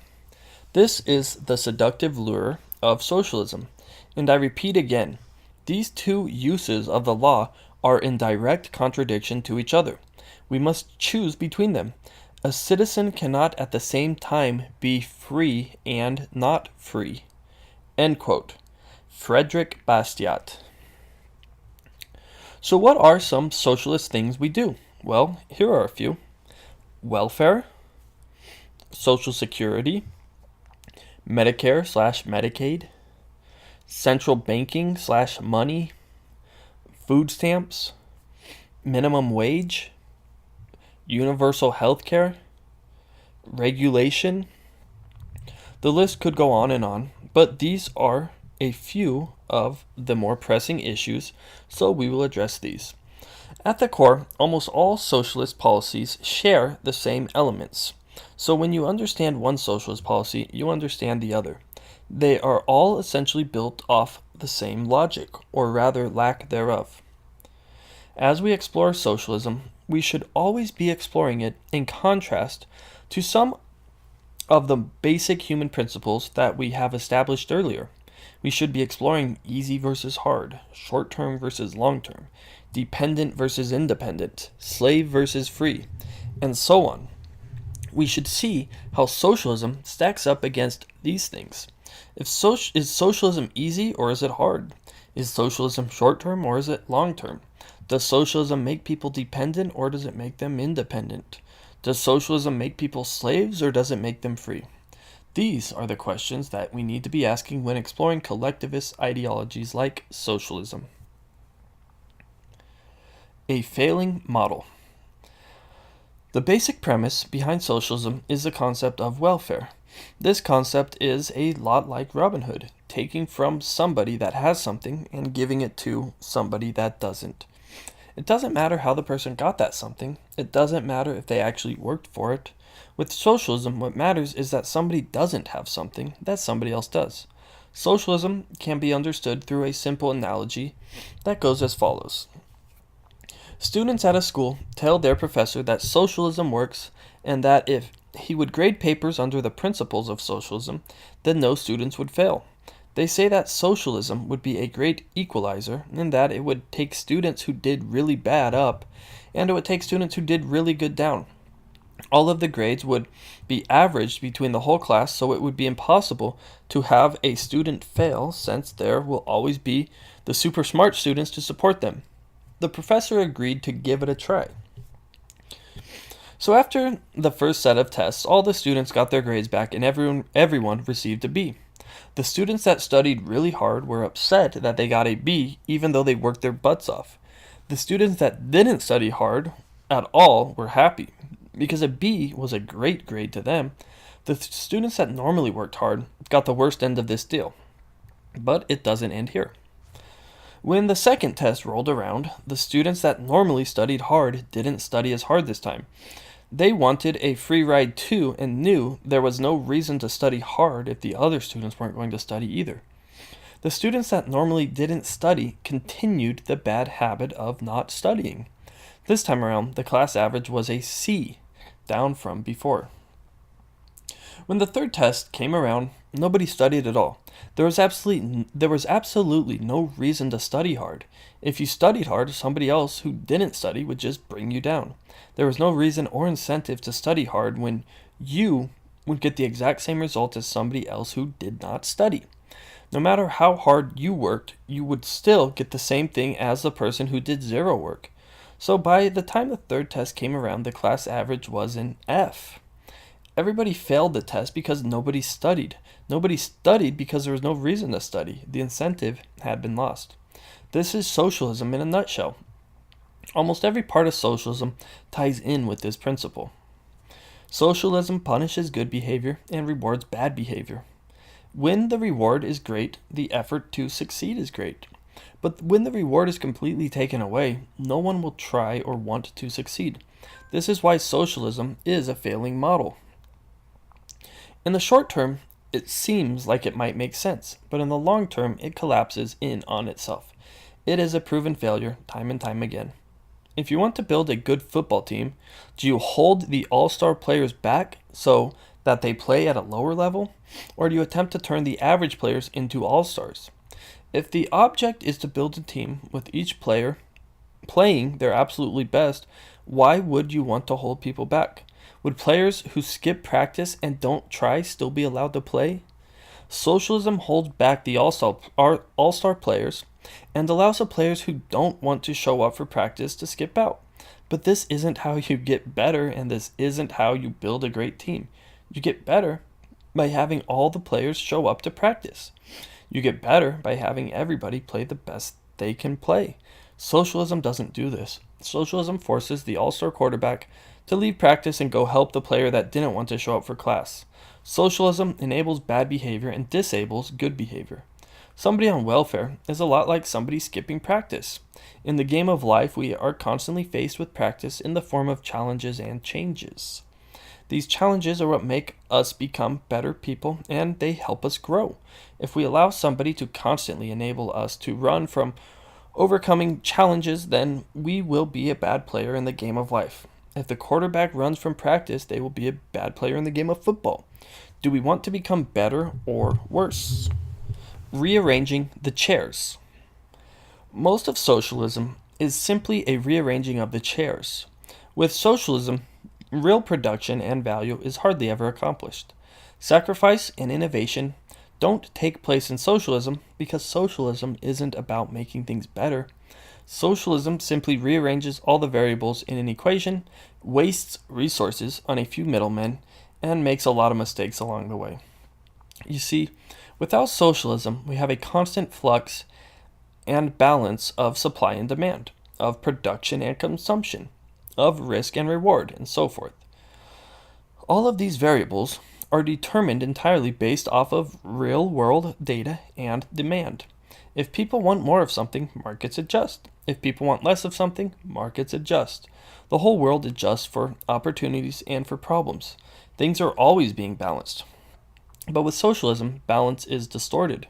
Rather than letting nature run its course through the free market, in socialism, government tries to predict what to do and attempts to plan how the market should work.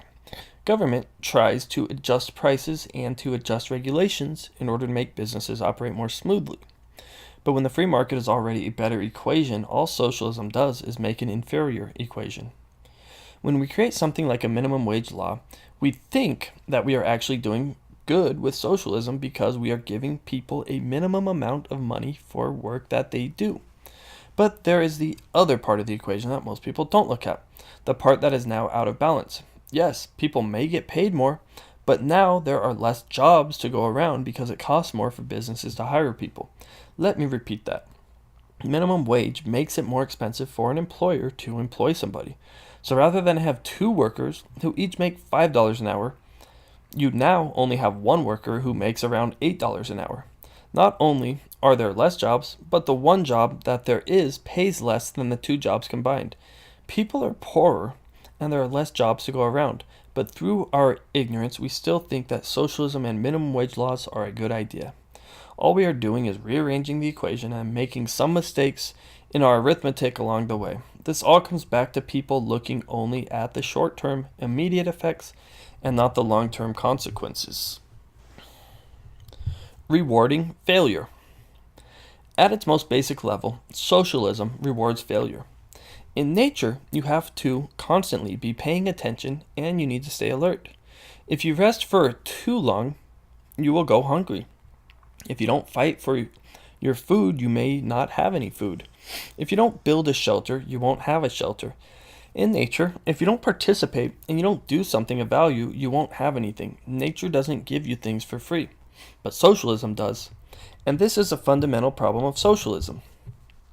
When a football team goes 0-16 for the season, we don't go around celebrating and rewarding their failure. When a football team wins the Super Bowl, we don't pull them down for achieving greatness. When a student gets constant F's in class, we don't go around rewarding them for getting F's. When a student gets an A, we don't tell them they're bad for working hard and getting good grades. The whole world and nature itself is set up to reward good behavior and help fix and correct bad behavior, but not socialism. Socialism is the exact opposite. Socialism rewards bad behavior and punishes good behavior. Almost every example will show this point. Take something like food stamps. With food stamps, we give people money basically because they don't have any. Of course, some people may be in bad situations and things may be tight, but you don't get people out of bad situations by enabling these bad situations to perpetuate. By giving people food stamps, you are telling them that they don't need to cure this problem. The cure for people not having money for food is for them to think, grow, and find a way to have the means for food. The cure for lack of food is physical labor and work. This is what people did before food stamps. But food stamps do the opposite of this. Food stamps tell people they don't need to change their situation. Food stamps are designed to make people dependent on somebody else. People could easily be independent and take care of themselves, but food stamps tell them they don't need to be independent, and so people stay dependent. In addition, the money from food stamps has to come from somewhere. It comes from people who earned their money. People who did think, who did grow, and who did work for their money legitimately are punished through socialism for doing things in accordance with the universe and nature. By practicing the laws of nature, people who earn money are punished by people who don't earn money. The people who receive things like food stamps are pulling these people who did things right down. And the people who did things wrong by not earning money are not being pulled up. Giving people food stamps doesn't make them any better off. It just perpetuates their bad behavior at the expense of those with good behavior. So in this scenario, socialism is a lose-lose. The person who pays the money for the stamps loses by being forced to pay money that they earned. The person who receives the money is also on the losing end because they don't solve the problem of growing out of their situation. Food stamps don't force people to work or make a living. Food stamps simply enable people to continue doing nothing to change their situation or grow as an individual. It's one of the most ignorant things we can create as a society. Legalized crime. Socialism is legalized crime. If you were to practice the principles of socialism on the street, you would go to jail. If you were to steal money from somebody, you would be committing a crime. Socialism does this every day, and we call this legal. Every day we have the government stealing from people who have money and then giving it to people who don't have money. The people who have money usually don't choose for this to happen. It is usually the people without money who choose this. And so the government uses force to take this money from them. The government participates in crime by taking money from people and then giving it to other people. This isn't compassionate, it's criminal. If I were to go into your house at night and steal your wallet and then give it to somebody of my choice, would this be okay? Am I being compassionate when I take something that you earned and then give it to somebody else? Is it okay for me to steal money from you and then hand it out to somebody who is less fortunate than you? Is that okay? Is it okay for me to give? Is it okay? If it is okay, give me your address and I will come take whatever you have and give it to somebody less fortunate. Why is it okay for the government to do this, but not me? Socialism is criminal. Is it okay for me to walk into McDonald's and steal a Big Mac to give to somebody who is hungry? Why can't I steal from McDonald's and give a Big Mac to someone in need? It is a compassionate thing to do, isn't it? Why should somebody be starving without food when somebody else has food? It's because it's not right to take things from other people that aren't yours. People own things. And the things that people own, including money, they are free to do with as they please with them. If you want to give somebody a Big Mac, pay for it yourself and give it to them. But don't use my money to do it. Using force to take stuff that people own to redistribute to somebody else is criminal. If we can't do it on the streets, why can we do it in the government? Why are the people at the receiving end the least compassionate? Why don't the people on the receiving end ever give up their money? Because they don't have any?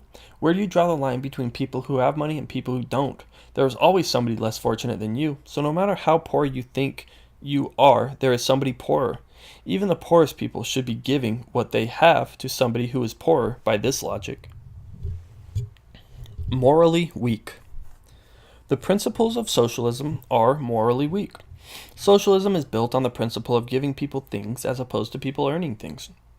Socialism spoils people.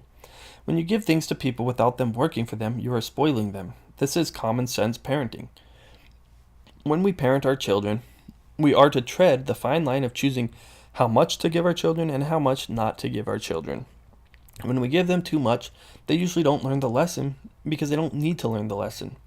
It is important not to give our children everything they want because then they will never learn important life principles. When we discipline our children, we are oftentimes correcting bad behavior so that they will change their ways. If somebody wants food and it requires preparation to make the food, people will do it.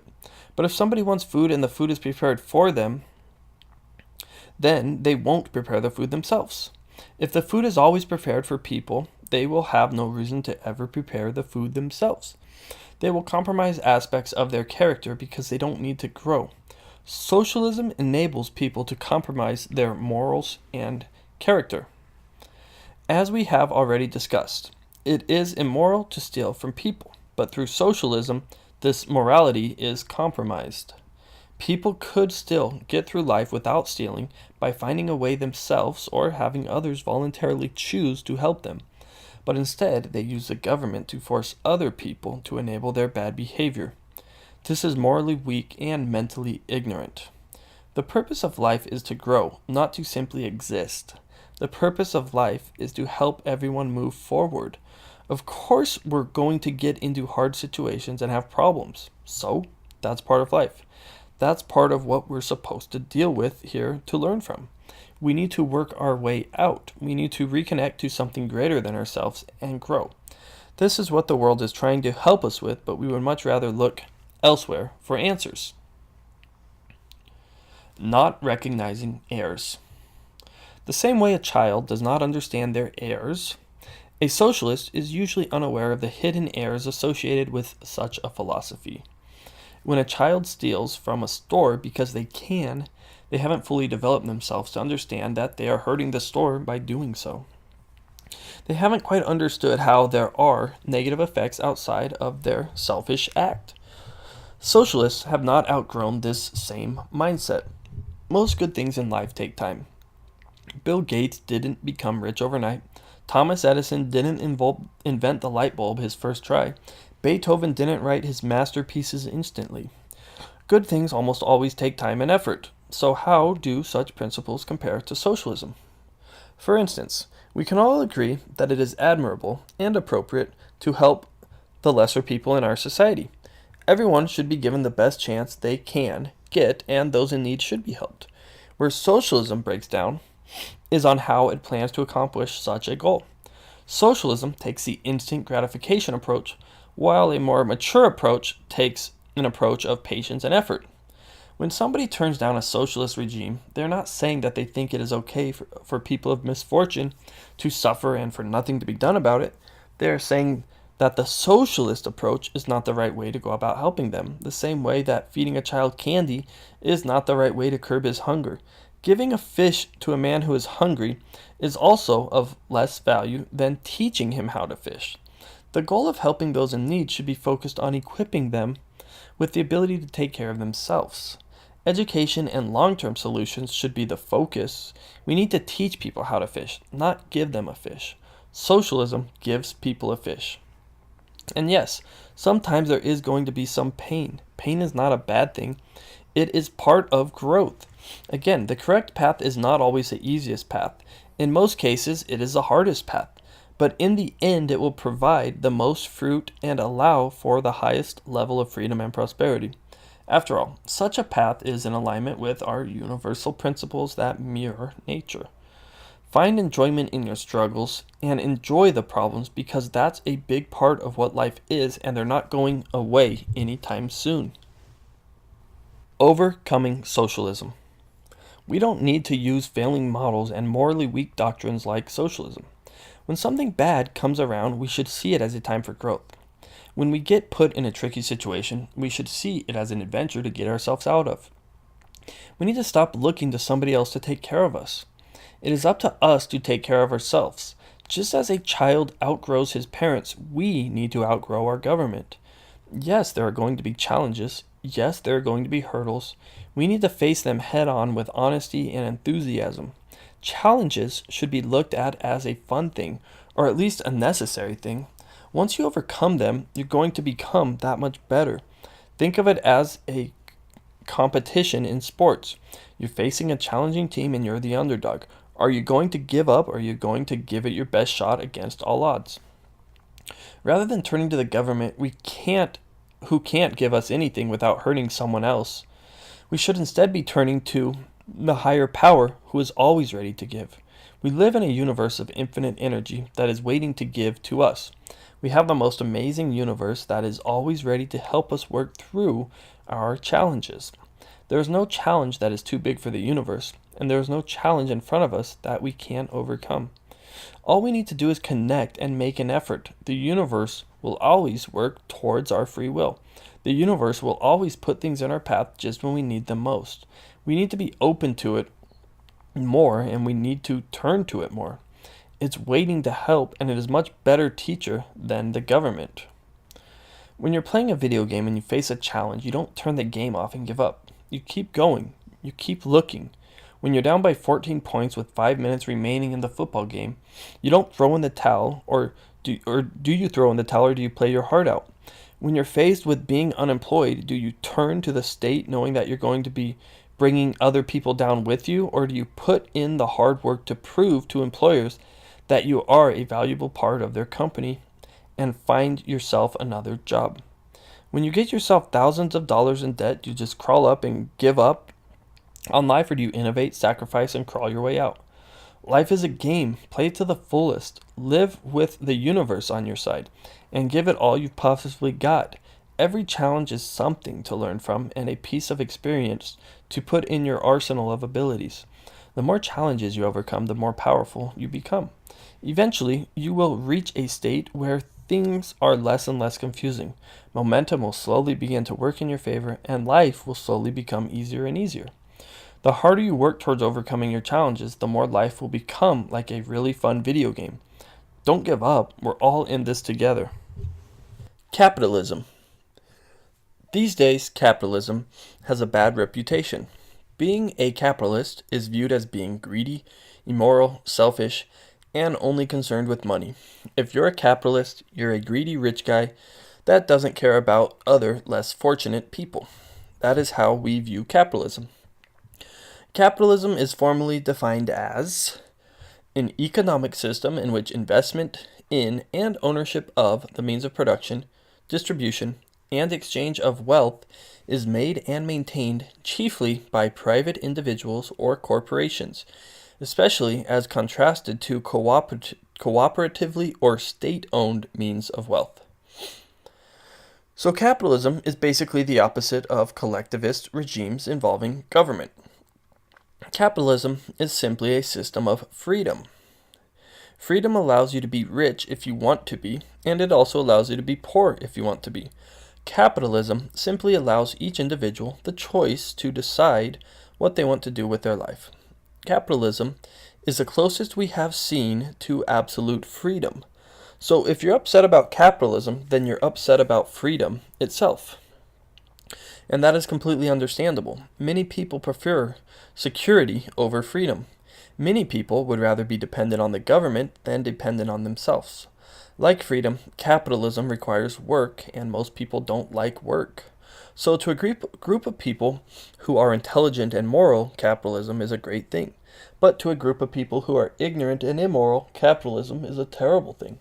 It simply depends on which group people associate with. The name capitalism is kind of misleading.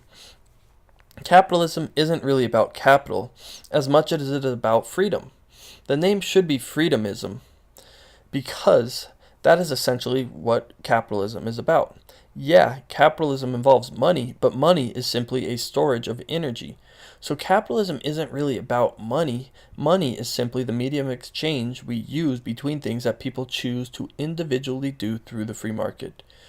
If we wanted to practice freedom without money, we could, but it just so happens that it is hard to do when we live in a scarce environment where barter and money naturally arise. We don't have capitalism. We don't have capitalism anywhere in the world right now. America is not a capitalistic country. We don't have capitalism in America. So if you're upset about the way things are going in America, you can't blame capitalism. We haven't had that for decades. We have socialism now. So if you're upset about big corporations and the rich getting richer, you have socialism to blame for that. That's right, socialism. Capitalism has never existed in its fullest form. Early America was fairly capitalistic, but it still wasn't 100% capitalistic. 100% capitalism is a 100% free market. There has never been this. There is always government intervention and government regulation. A 100% capitalistic society has private market money, private military, private courts, private roads, and so on. All I am saying is that we have never had a pure capitalistic country ever. Now, yes, early America was about as capitalistic as the world has ever seen, and this is why America became such a great country. People wanted to move to America because they were able to do what they wanted to do. People wanted to move to America because they had the freedom to operate within a very capitalistic country. People moved to America because they could do business how they wanted. So people essentially came to America to escape places that were heavier on government. People came to America for less government. This is what took America from a third world country to a first world in under a century. But starting around the 1900s and exponentially increasing in the 1940s, America started to adopt a much more socialistic viewpoint. Government and socialism has been the norm for America the past 100 years. We have had many new laws passed and many old things changed that are very different from early America. America today is nowhere close to the America of 100 years ago. America of 100 years ago was a completely different world. We didn't pay income taxes 100 years ago. We didn't lose our money to inflation 100 years ago. Companies were not built out 100 years ago. Companies weren't regulated like they are today. In short, 100 years ago, things were much more closer to freedom. Today, we are almost the complete opposite. Although we have small remnants of capitalism remaining in America, it is a socialist country today, and the whole world for that matter. Socialism dominates the world we live in today. There isn't a country that exists in the world today that is as capitalistic as America used to be. Now I know what you're thinking. Well, I would much rather be living in socialist America now than capitalist America back then. Back then was really tough. We didn't have all the luxuries that we have today.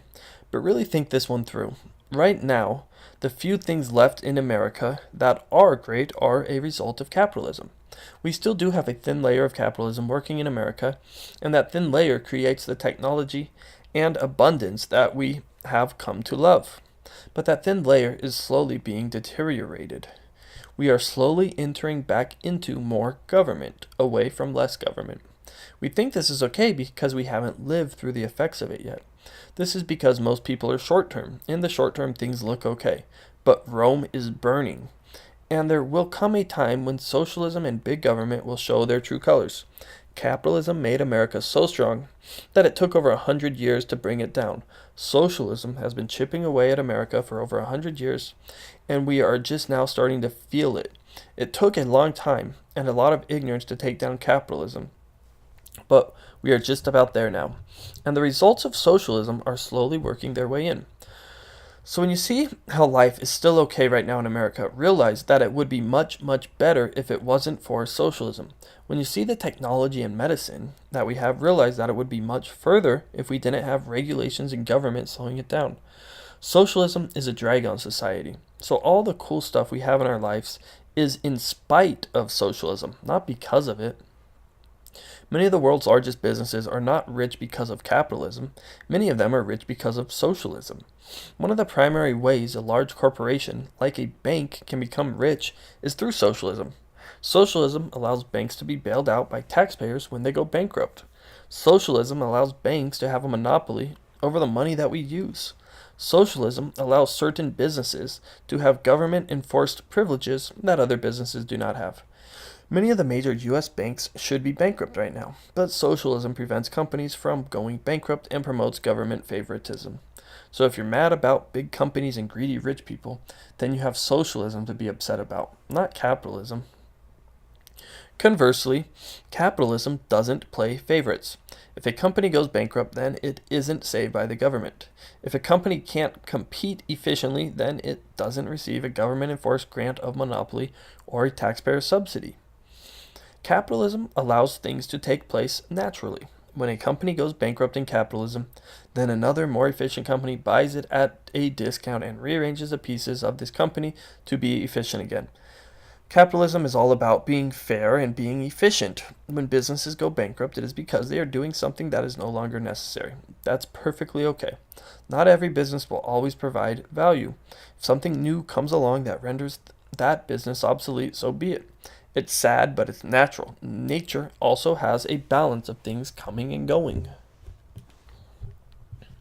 A microcosm of nature.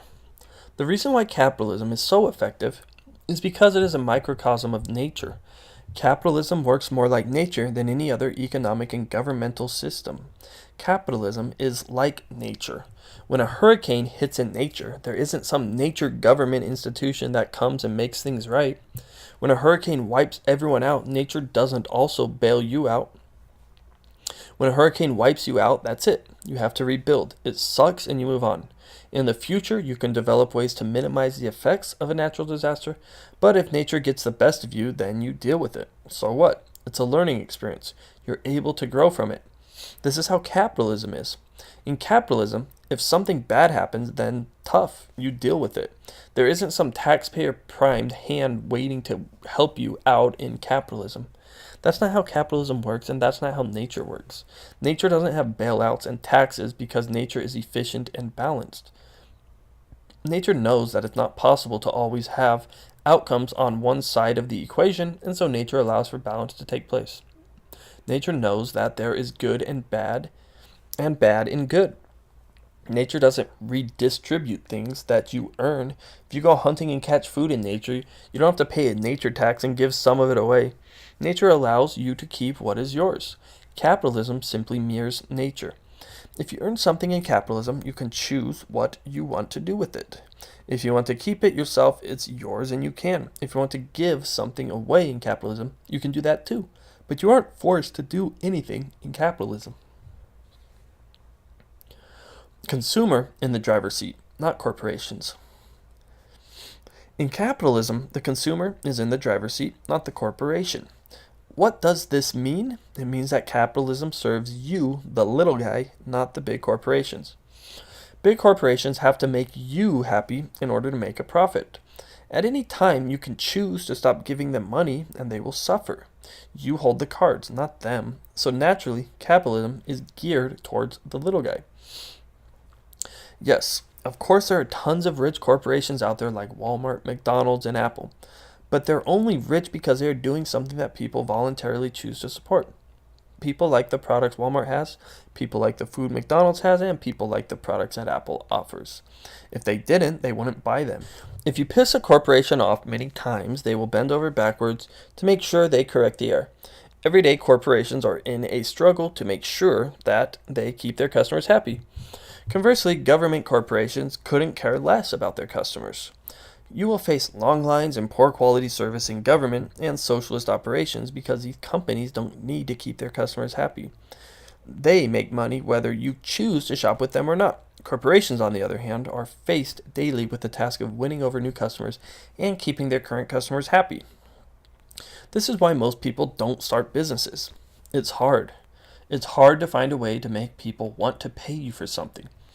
It is hard to offer something of value and drum up a profit. This isn't easy, and this is exactly what corporations do. So when a corporation makes money, it should. They took the risk of trying to please customers and it paid off. Good for them. They made the customer happy and they made money themselves. Everybody wins. If customers are not happy with the business, then it will be rewarded less and less money by customers. If the business keeps up a low quality service that customers are not willing to pay for, then it will eventually go bankrupt.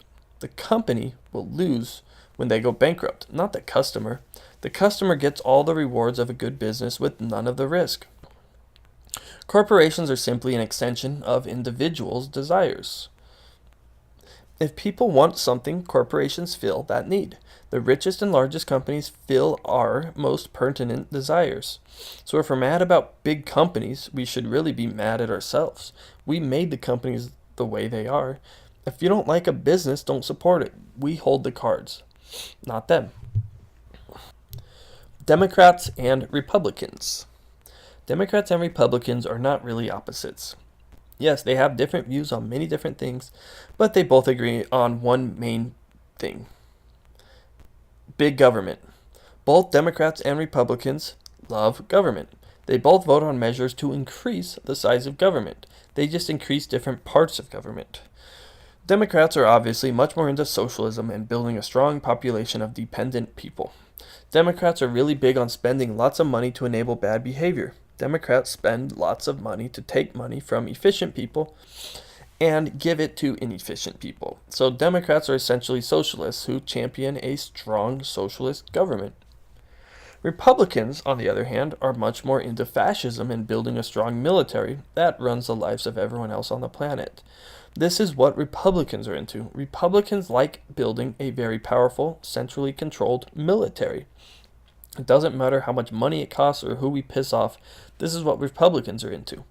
Both parties are also perfectly okay with things like centrally issued government money and income taxes.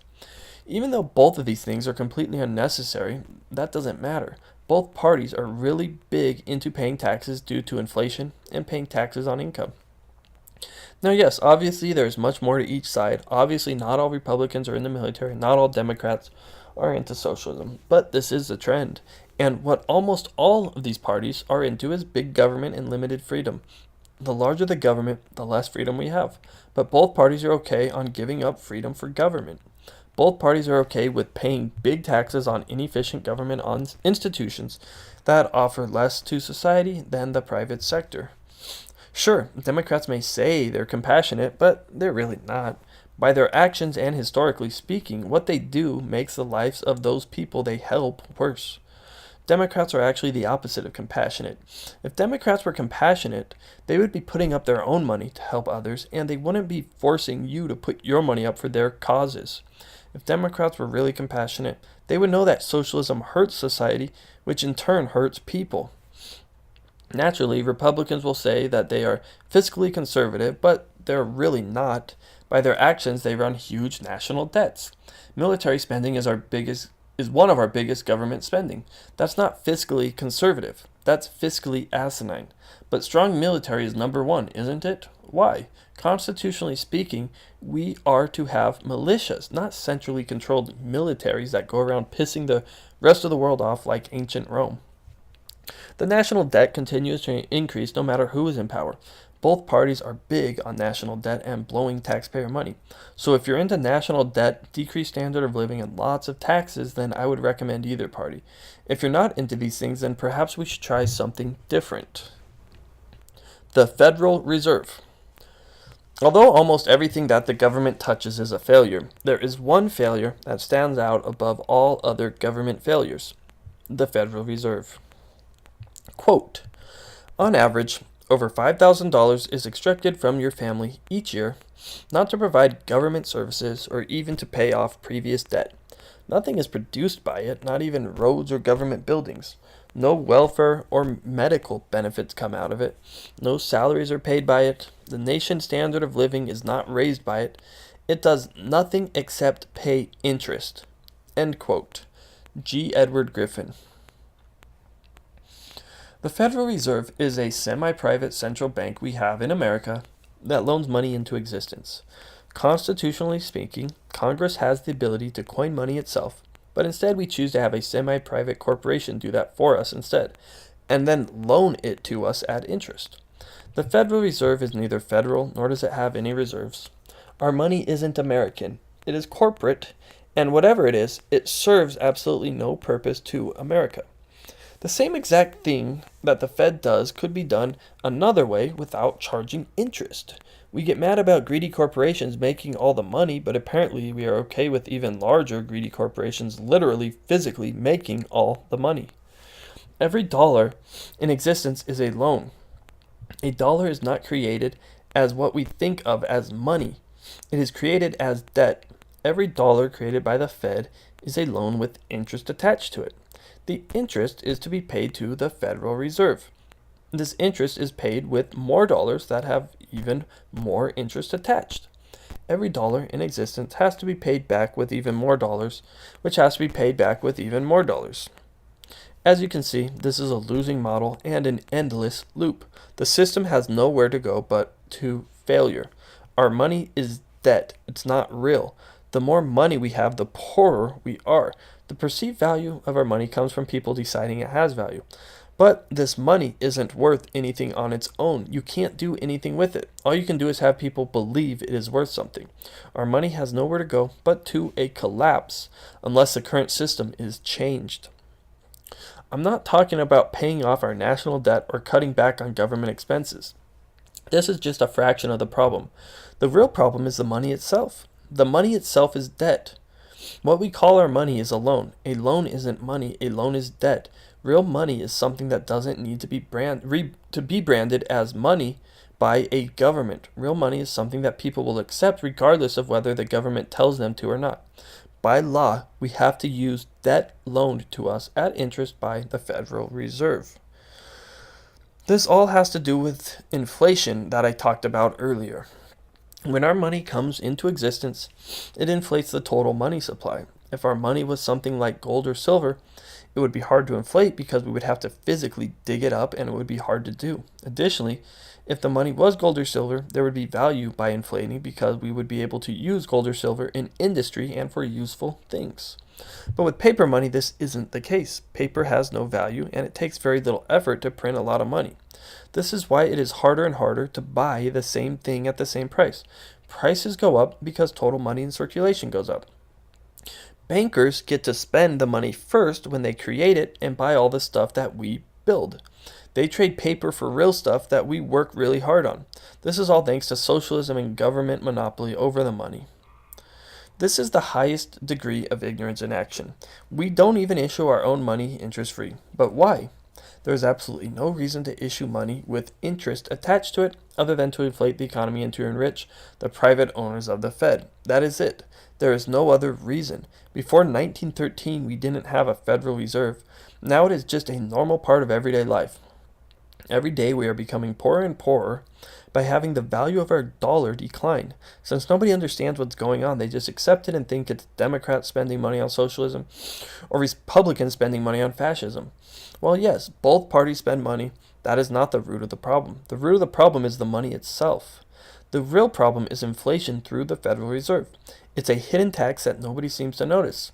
And since our standard of living increases through production and efficiency, people don't notice that our dollar is becoming weaker. It can't go on forever like this. Just to put it into perspective, our money is worth roughly 100 times less than it was in 1913. This means that $1 in 1913 is now worth 1 penny today. And I know people like to say inflation is normal, but it isn't. Inflation is only normal in societies with central banks like the Federal Reserve. $1 should still be worth $1 today. It isn't. An ounce of gold in 1913 was worth $20. Today, an ounce of gold is worth close to $2,000.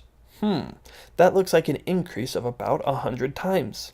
If you compare what things used to cost 100 years ago to the price of gold, they are just about the exact same. What you could buy 100 years ago for an ounce of gold, you can buy today for an ounce of gold. Think about what I just said. A nice business suit still costs the same amount today in gold as it did 100 years ago in gold. Can this be said about the dollar? No, because a dollar is worth 100 times less than it was 100 years ago. The dollar has dropped in value. Gold hasn't gone up in value. The dollar has gone down. You have our Federal Reserve to thank for that. Government of the future. So with all this ignorance running our lives, how do we do government the right way? How do we maximize wisdom in government and minimize ignorance? The answer is to have the least amount of government possible, if at all. We have to first realize that government is naturally a drag on society. We have to realize that it isn't possible to have honest politicians. It's just not possible. So don't count on it. People are always going to do what they want. It's not possible to have governments that keep themselves in check, so we should simply do away with as much government as possible. It's not possible to have government look after us, so we should look after ourselves. It's not possible to have governments provide us education, so we should educate ourselves. It's not possible to have governments do what we want done, so we should do what we want on our own. It's not possible to have governments represent everyone all at once, so we should represent ourselves individually. It's not possible to have government do anything for us without doing something that somebody else doesn't want. So we should simply get rid of government as much as possible. As ignorance increases, so too does government. As wisdom increases, government decreases. We should try to increase wisdom. That is the only true foundation we have for governing ourselves and others. We need to stop looking for others to take care of us and start taking care of ourselves. We need to stop looking for smart and moral politicians to lead us to the promised land. We are the politicians. We are the ones in charge of our life, not somebody else. We need to transmute our ignorance into wisdom. We need to take on the challenge of becoming better. A government is an extension of the people. If you have ignorant, ill-informed people, you have ignorant, ill-informed government. If you have self-responsible, wise people, you have a small, reasonable government that works. It all comes down to the quality of ourselves. If we want a better country, then we need to be better. Countries are a reflection of us. If we want government to take care of us, then we are asking for something that never has been and never will be. If we want the government to make our lives easier, we should look elsewhere. If we want government to educate us, we should think again. Government isn't in the business of making our lives better. We are the ones who need to do that. With that said, here are a few suggestions on improving the way we think about government. Privatize as much as possible. Most of what we have government doing can be done privately through the free market. We don't need a government post office. We have FedEx and UPS. We don't need to waste money on this. We don't need huge offices for regulating things. People can regulate things themselves. Private businesses can do the regulation on a for-profit basis. We don't need government to do the regulation for us. We don't need the government to educate us. This is the last thing they should be doing. Public education will only provide lower quality education at a higher price. We don't need more money to go into education. We need to get rid of government education and let the free market take care of that. We don't need a TSA. Who are we kidding? These guys couldn't find a bomb in a paper bag. Let the airlines choose the level of security they want to provide. Most people don't want to be body scanned, molested, and treated like a 3-year-old. No thanks. That can go. Department of Housing sounds like another mistake. How can the government possibly know more about housing than the free market? It can't, so get rid of it. Rental assistance? For what? People who can't afford things that they shouldn't be renting? The more you look at government, the more childish and immature it all becomes. It becomes hard to take the government seriously in anything. I'm not saying we need to cut back on spending. I'm saying we need to get rid of it completely. We don't need these things to be handled by the government. They can be done better in the free market and at a cheaper cost. It is simply ignorance which keeps these things going.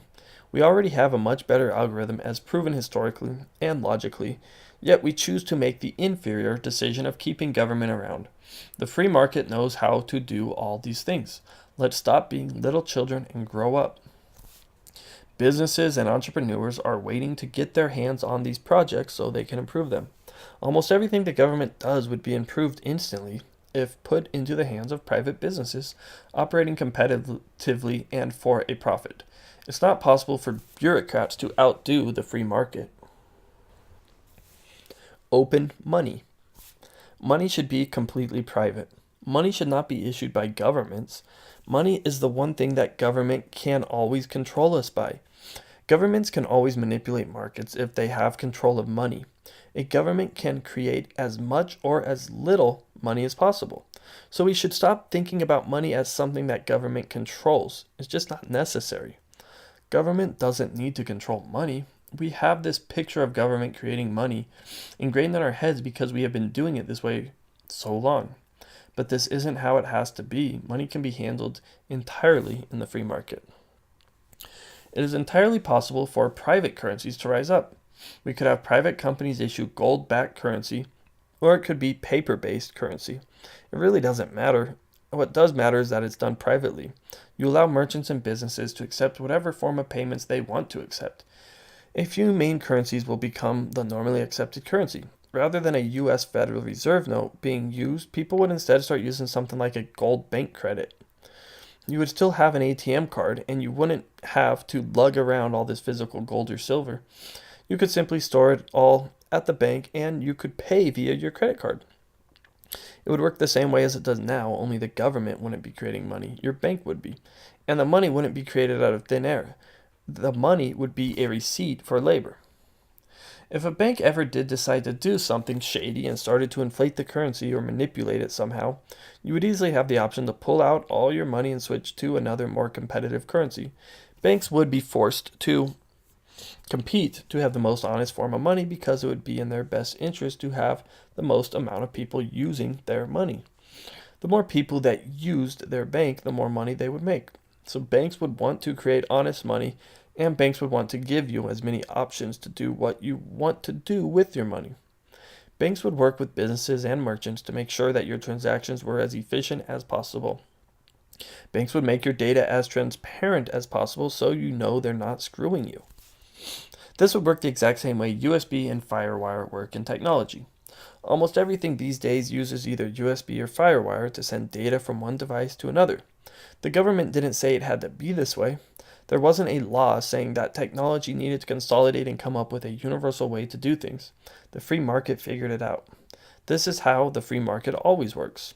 The free market developed USB and FireWire so that people can easily use the same cord and not have to worry about devices not being compatible with another one.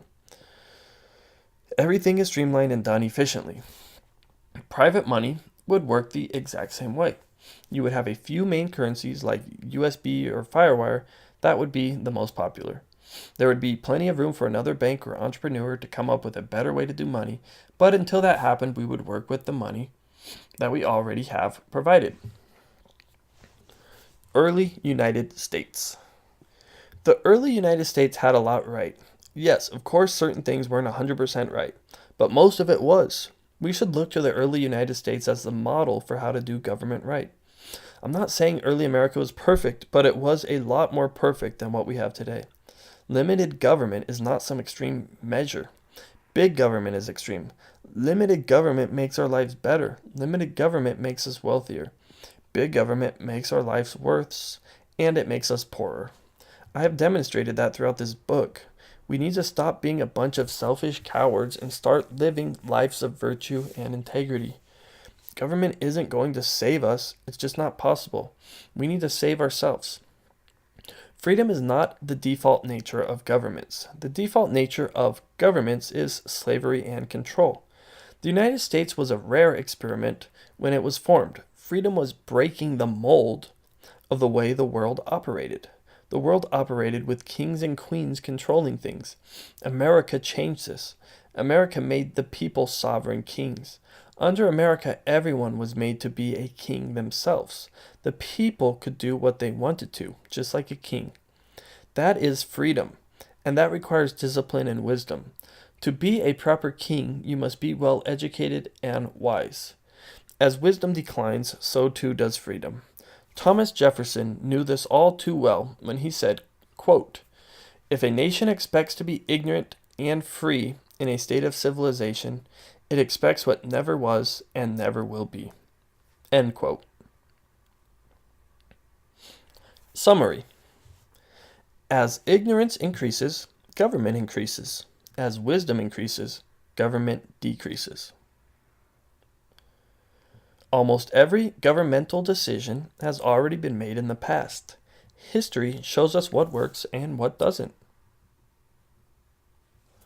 The media is entertainment, not news. Rich people think a certain way and often practice principles of growth. Poor people think a certain way and often practice principles of stagnation. America is not a democracy. It is a constitutional republic ruled by law, not majority. Socialism, fascism, and communism are all collectivist and all champion state power.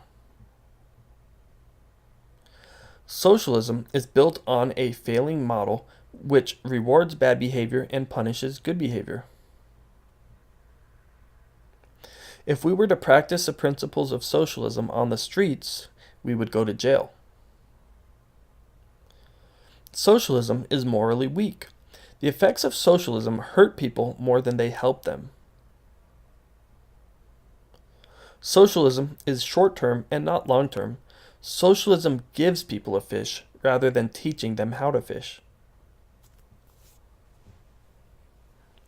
Capitalism is basically freedomism. If you're upset about capitalism, then you're upset about freedom itself. We don't have pure capitalism anywhere in the world, only small remnants of it. Capitalism mirrors nature and as such is very balanced and complete.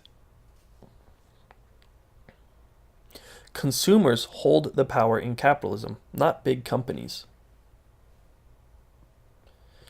Democrats and Republicans are essentially the same in the most important part. They both support big government. The Federal Reserve is the largest problem facing America, second to ignorance. The key to successful government is the absolute least amount of government possible, if any at all. Money should be handled outside of government in the free market. The early United States had a lot right when it comes to government. We should look towards this as a starting point. Chapter 10. Wisdom. Quote, "Wisdom is given to no man until he asks for it." End quote. Manly P. Hall. All throughout this book, I have shown how almost all the problems that we face are a result of ignorance. Problems arise because we are not wise enough to avoid them. We may not have the character to do the right thing even when there isn't a financial reward. We may not have the guts to do something that is right even when we will be hated for it. We may be too fearful to try something new. We may be too greedy to help others. All of these things are a result of ignorance, and all of these things are correctable. All throughout this book, I have attacked many things and I have painted a dark picture of things. But things don't have to be dark. Ignorance is dark. I am going to leave the final parts of this book towards things we can do to grow in wisdom and things we can do to make the world a better place. This book may sound negative, but it really isn't meant to be. There is always hope and purpose. There is always a bright light at the end of the tunnel. There is always a way out, and that is what I hope to address in this chapter. Wisdom is something that is resting within all of us. Within all of us are the answers for all the things we want to know. Within all of us is the guidance we need to move forward to a brighter future. We hold all the keys to the future. It is up to us to choose when to tap into them. Harmony with nature. We should recognize the importance of nature and the universe. Everything in nature is exact. Nature is pure. We should realize the patterns of nature and choose to work in accord with nature rather than against. Nature is a platform that is always guiding us through life. In nature, we can find much wisdom for how to live appropriately. Yes, we all have free will, but we must understand that we will also have to live with the consequences of our free will. If we create good in our future by living appropriately now, then so be it. If we create bad in our future by living inappropriately, then so be it. We are simply receiving what we create, and if through our ignorance we create turmoil, then hopefully the turmoil will eventually push us back into alignment towards wisdom. Nature is always right here waiting for us to grow. Purpose. We all have a purpose. We are all here for a reason. We all chose to live this life here for purposes that are unique to each of us. You may not have the same purpose as somebody else. That is okay. We all have our own purposes. We may not immediately know our purpose, and we may not immediately find our purpose. That is okay. It is about our journey towards our purpose. Things usually happen in our lives that hint towards certain things. We may meet somebody for a special reason that only later we will discover why we truly met. We may learn about something at some point in our lives only to come back to it later to see how it truly fits in. Our lives aren't linear. They don't always go in order. Things don't always make sense immediately. That's okay. The important part is that we are constantly seeking and constantly open. If we choose to embrace everything in life as a lesson and as a step towards our true goal, then slowly but surely we will unfold our purpose. If we choose to take on each day with an open heart in an honest direction, then we will slowly step closer to discovering our true selves. If we take on life as a challenge to be the best that we can be, then we will always be developing our purpose. There are going to be times that are tough. There are going to be times that are confusing. There are going to be times that you may want to rip your hair out and just escape. That is okay. Put on some music, relax, and reconnect. You will get through it. Every problem already has a solution waiting for it. We just simply need to look beyond the problem to see the solution that is staring us right between the eyes. Nothing is too difficult for us. We are never faced with any challenge that is too difficult for us. God. There is a God. It may not be the same God that your friend sees, but that's okay. It may not be the same God that you believed in 10 years ago either. That's okay too. What matters is that we understand that there is a higher power working in all of us. To atheists, that higher power is the universe. To religious people, that higher power is God. It doesn't matter what you call it. What matters is that you recognize it. You can call it God, Jesus, Muhammad, physics, truth, nature, the universe, Allah, the isness, prime creator, the essence, the divine presence, or whatever else you can dream up. It is all the same thing being seen through a different lens. That is how freaking awesome God really is. God is personal. God works different ways to different people. God is only as big as your imagination and will conform itself to fit your imagination. As you expand your imagination and your intuition, so does your understanding of God expand. As you learn more about life, so does your capacity to understand more about God. God is our best friend. God is always within us and always just a thought away. All things are possible through God. But like a good father, God doesn't do the work for us. We can't expect to receive things for free. Some things require work. You may need to learn math before you can solve a math problem. God isn't going to magically teach you math. You need to do the work so that you can understand math. Like a good parent, God will help you find the resources that you need to gain the understanding, but God isn't going to do the work for you. If you keep making bad decisions that lead towards bad things in your life, God isn't going to magically erase these things. Until you learn the underlying lesson as to why you are making these bad decisions, nothing will change. Until you take it upon yourself to honestly work towards changing these bad decisions, God will not change them for you. We get what we create. We are all creating our own realities as we move forward in life and consciousness. We are all our own gods building our future the way that we see things. We all see things differently, and we all have the power to participate in the creation of our future. Continuity of life. This is not your only life. This is not your first life. This is not your last life. We are all eternal beings that live forever. We can't die. Death is simply walking out of your vehicle and figuring out which one to get into next. There is no such thing as time. Time is simply a measurement of eternity, just as a meter is a measurement of eternal distance. There is no such thing as a solid measurement. Everything is infinite and everything is ongoing. When we understand that this isn't our only life, it makes this life a lot less stressful. When we understand that we don't go to hell for doing bad and to heaven for doing good, it makes things a whole lot less confusing. When we understand that heaven or hell is only a thought away, it makes things a little more real. God isn't waiting to judge you after this life. We already know this isn't true. We have people who have died and come back to tell us. There is no such thing as a judgment after this life. The only person judging us after this life is ourselves. We are the judge. So if there's something we're not happy about that we've done in this life, then we're the ones that we upset. all that we really care about after this life is where we chose to withhold love and not help others. With each life, we develop ourselves to becoming more aware and much more wise. Some people aren't going to get it all this life. That's okay.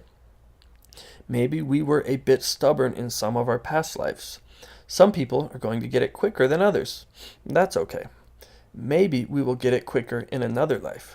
Some people may choose to live a challenging life. Some people may choose to live a less challenging life. That's cool too. It really doesn't matter. What matters is that we understand that this is what's going on. Somebody may choose to incarnate into a Ferrari. Somebody else may choose to incarnate into a Ford Pinto. It doesn't matter. Each vehicle will have lessons that are important to each driver. Each vehicle will have its pros and cons. We will all end up experiencing many different types of lives here on Earth. If we don't learn our lessons in this life, we probably will in another life. It's not because God is forcing us to learn these things, but rather that we choose to learn them. We choose to take on certain challenges for growth. Through growth, we are able to understand more and express our creativity more. By being human, we are able to understand and grasp more than plants and animals. By becoming more human, we will continue to grasp more. This is what continuity of life is all about. We are here on an eternal journey of expansion. We are on a journey of exploration and amazement. With each life comes more information to build off and to grow from. Change yourself. Change starts in us. We can't expect to change others without first changing ourselves. We've all heard the saying that we need to be the change we want to see. Government and the people leading us are a reflection of ourselves. People in power are supported by us. As soon as we choose to stop supporting people in power, they will fall. If we have bad leaders, it is because of us. If we have bad religions, it is because of us. If we want to do better, we need to be better. Change starts with us. We can't expect the government or our religion or our schools to change us. We must change ourselves. Change is something that happens within ourselves. We will never change until we choose to change. Forgiveness. We need to learn to forgive others and let go. So what if there's people doing things that hurt you? There's always going to be problems. There's always going to be things that don't go the way you want them to go. There's always going to be people who are working on their own evolution and their own growth. Learn to forgive them. When people hurt you, they are doing it out of ignorance. People don't purposefully hurt you. If they hurt you because they are fearful of you, then they do it out of ignorance. If they hurt you because they are simply expressing their free will, and you somehow get caught in a part of it that you don't like, then so be it. Forgive them. They're not doing it on purpose. There are tons of dynamics at work in this world, and there is going to always be a flux of things you like and things you don't like. Creativity. We are not animals. We have creative faculties that animals simply do not possess. Animals are not able to build cities. Animals are not able to go to the stars. Animals are not able to create the music and art we create. We have abilities that make us unique and special. We should learn to use these to the best of our abilities. Creativity is our way to exercise our own power. Creativity is a way for us to add our own perspective into the world. Creativity is our way to connect to others and to ourselves.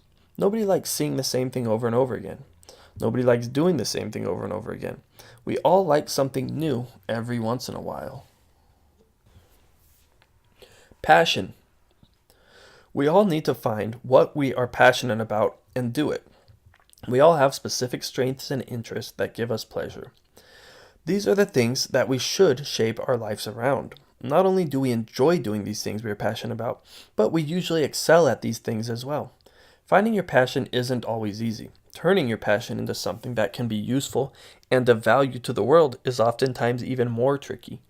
But that doesn't mean that we shouldn't at least try. That doesn't mean that it's not meant to be. Sometimes the best things take time and hard work. That's okay. There's nothing like working hard towards developing your passion into something of benefit to others. Too often in life we find ourselves getting caught up in somebody else's passion. too often in life we find ourselves stuck doing something that we don't want to be doing. This shouldn't be the case. Each day should be a day that we look forward to. Each day should be a day that we want to participate in. Each day should be another day for you to creatively develop the things in which you are passionate of. Responsibility. We can't depend on others our whole lives. There's a time where we may need a parent or a helping hand. There's a time where we may need a teacher or a mentor. But also comes a time where we must learn to stand on our own. Standing on our own isn't always easy. It requires responsibility. And responsibility requires discipline, understanding, patience, perseverance, and integrity. We need to stop giving our problems to somebody else. Giving your problems to somebody else isn't going to solve the problem. Giving your problems to somebody else isn't going to teach you the lesson. All too often, we are looking for ways to run from our problems rather than for ways to work out of them. Teamwork. I know I talk about self-responsibility and solitude in this book. That doesn't mean you don't work with others. It means that you learn how to be independent first. Once you have become independent, then you can truly maximize your own efforts by working with others. Cooperation with others is a very important part in life. We all have different strengths to contribute towards others. When we create teams of people with different skill sets, we are able to achieve things that would never be possible alone. We should embrace teamwork and embrace others. Be thankful. We have so much to be thankful for. It doesn't matter how much or how little you have. We all have the same essentials. We all have life. We all have spirit. We all have each other. Even the most basic things are a blessing. Even the greatest hardships are great. Everything we have, we should be thankful for. There is so much to be derived from living a life of simplicity and satisfaction, rather than a life of complexity and angst. Sure, wanting new things isn't a bad thing, but it also doesn't have to be a good thing. It seems that all we really care about anymore is stuff. We have houses filled with stuff. We work our whole lives to buy bigger houses and fill them with more stuff. And then we somehow think that we are satisfying ourselves. We're never going to find satisfaction in stuff. Making changes. One of the biggest things that keeps us from growing is change itself. When we spend our whole lives believing something only to later find out that we were wrong or that there is more to the story, it can be very uncomfortable. It's hard to change your views on something that you have built your whole life around. But we shouldn't look at change as being an all or nothing type of thing. When you learn something that is contrary to what you believe, it doesn't mean that you let go of everything that you currently believe. Most beliefs that people hold usually do hold some validity in them. They may not be 100% true, but they may be 20% true. That 20% truth should be held onto, and that 80% that isn't true should be replaced with something better. It isn't so much about one view being right and one view being wrong, as it is about mixing the good qualities of both views and doing away with the bad qualities of both. Hold on to what you know to be true, but at the same time, don't be afraid to let go of things that no longer fit. The refining of our beliefs is something we all must learn to embrace. All too often, we think that the first thing we are told is the correct thing. It doesn't work this way. There is no such thing as a correct anything. There are things that work in some cases and other things that work in other cases. Many of the things we used to believe when we were a kid, we no longer believe. As we grow and develop ourselves, we start to increase our precision for understanding. And with this precision of understanding comes the refining of the way we view things. Things become more vibrant the more we look into them. Things that were once black and white or good and bad begin to be seen in their full color and as elements of both good and bad. Conclusion. For far too long, mankind has wandered aimlessly upon earth without compass or direction. For far too long, mankind has hidden behind principles of virtue rather than practicing them. For far too long, mankind has rendered its adoration towards those people and institutions which hurt it most. And for far too long, mankind has been looking for saviors to fix its problems, rather than looking to the Savior within. If there is one central theme in this book, it isn't about ridding the world of evil people. It is about each and every one of us becoming wise enough to where evil has no power over us. We need to stop acting like little children, hoping to have the most moral and wise parents to look after us. There's no such thing. The best parent in charge of our lives is ourselves. We need to become independent, responsible human beings if we are ever to create heaven on earth. Ignorance has been the ruling force for mankind for far too long. Ignorance is the innate mode of operation for human beings. If we don't know any better, we default to the solution supported by ignorance. If we don't know any better, we have religion make the rules for right and wrong, rather than right and wrong make the rules for religion. If we don't know any better, we only acknowledge scientific things and ignore non-scientific things. If we don't know any better, we tell people what to think rather than teach them how to think. If we don't know any better, we let government tell us what to do rather than us tell government what to do. But if we do know better, then we change these habits.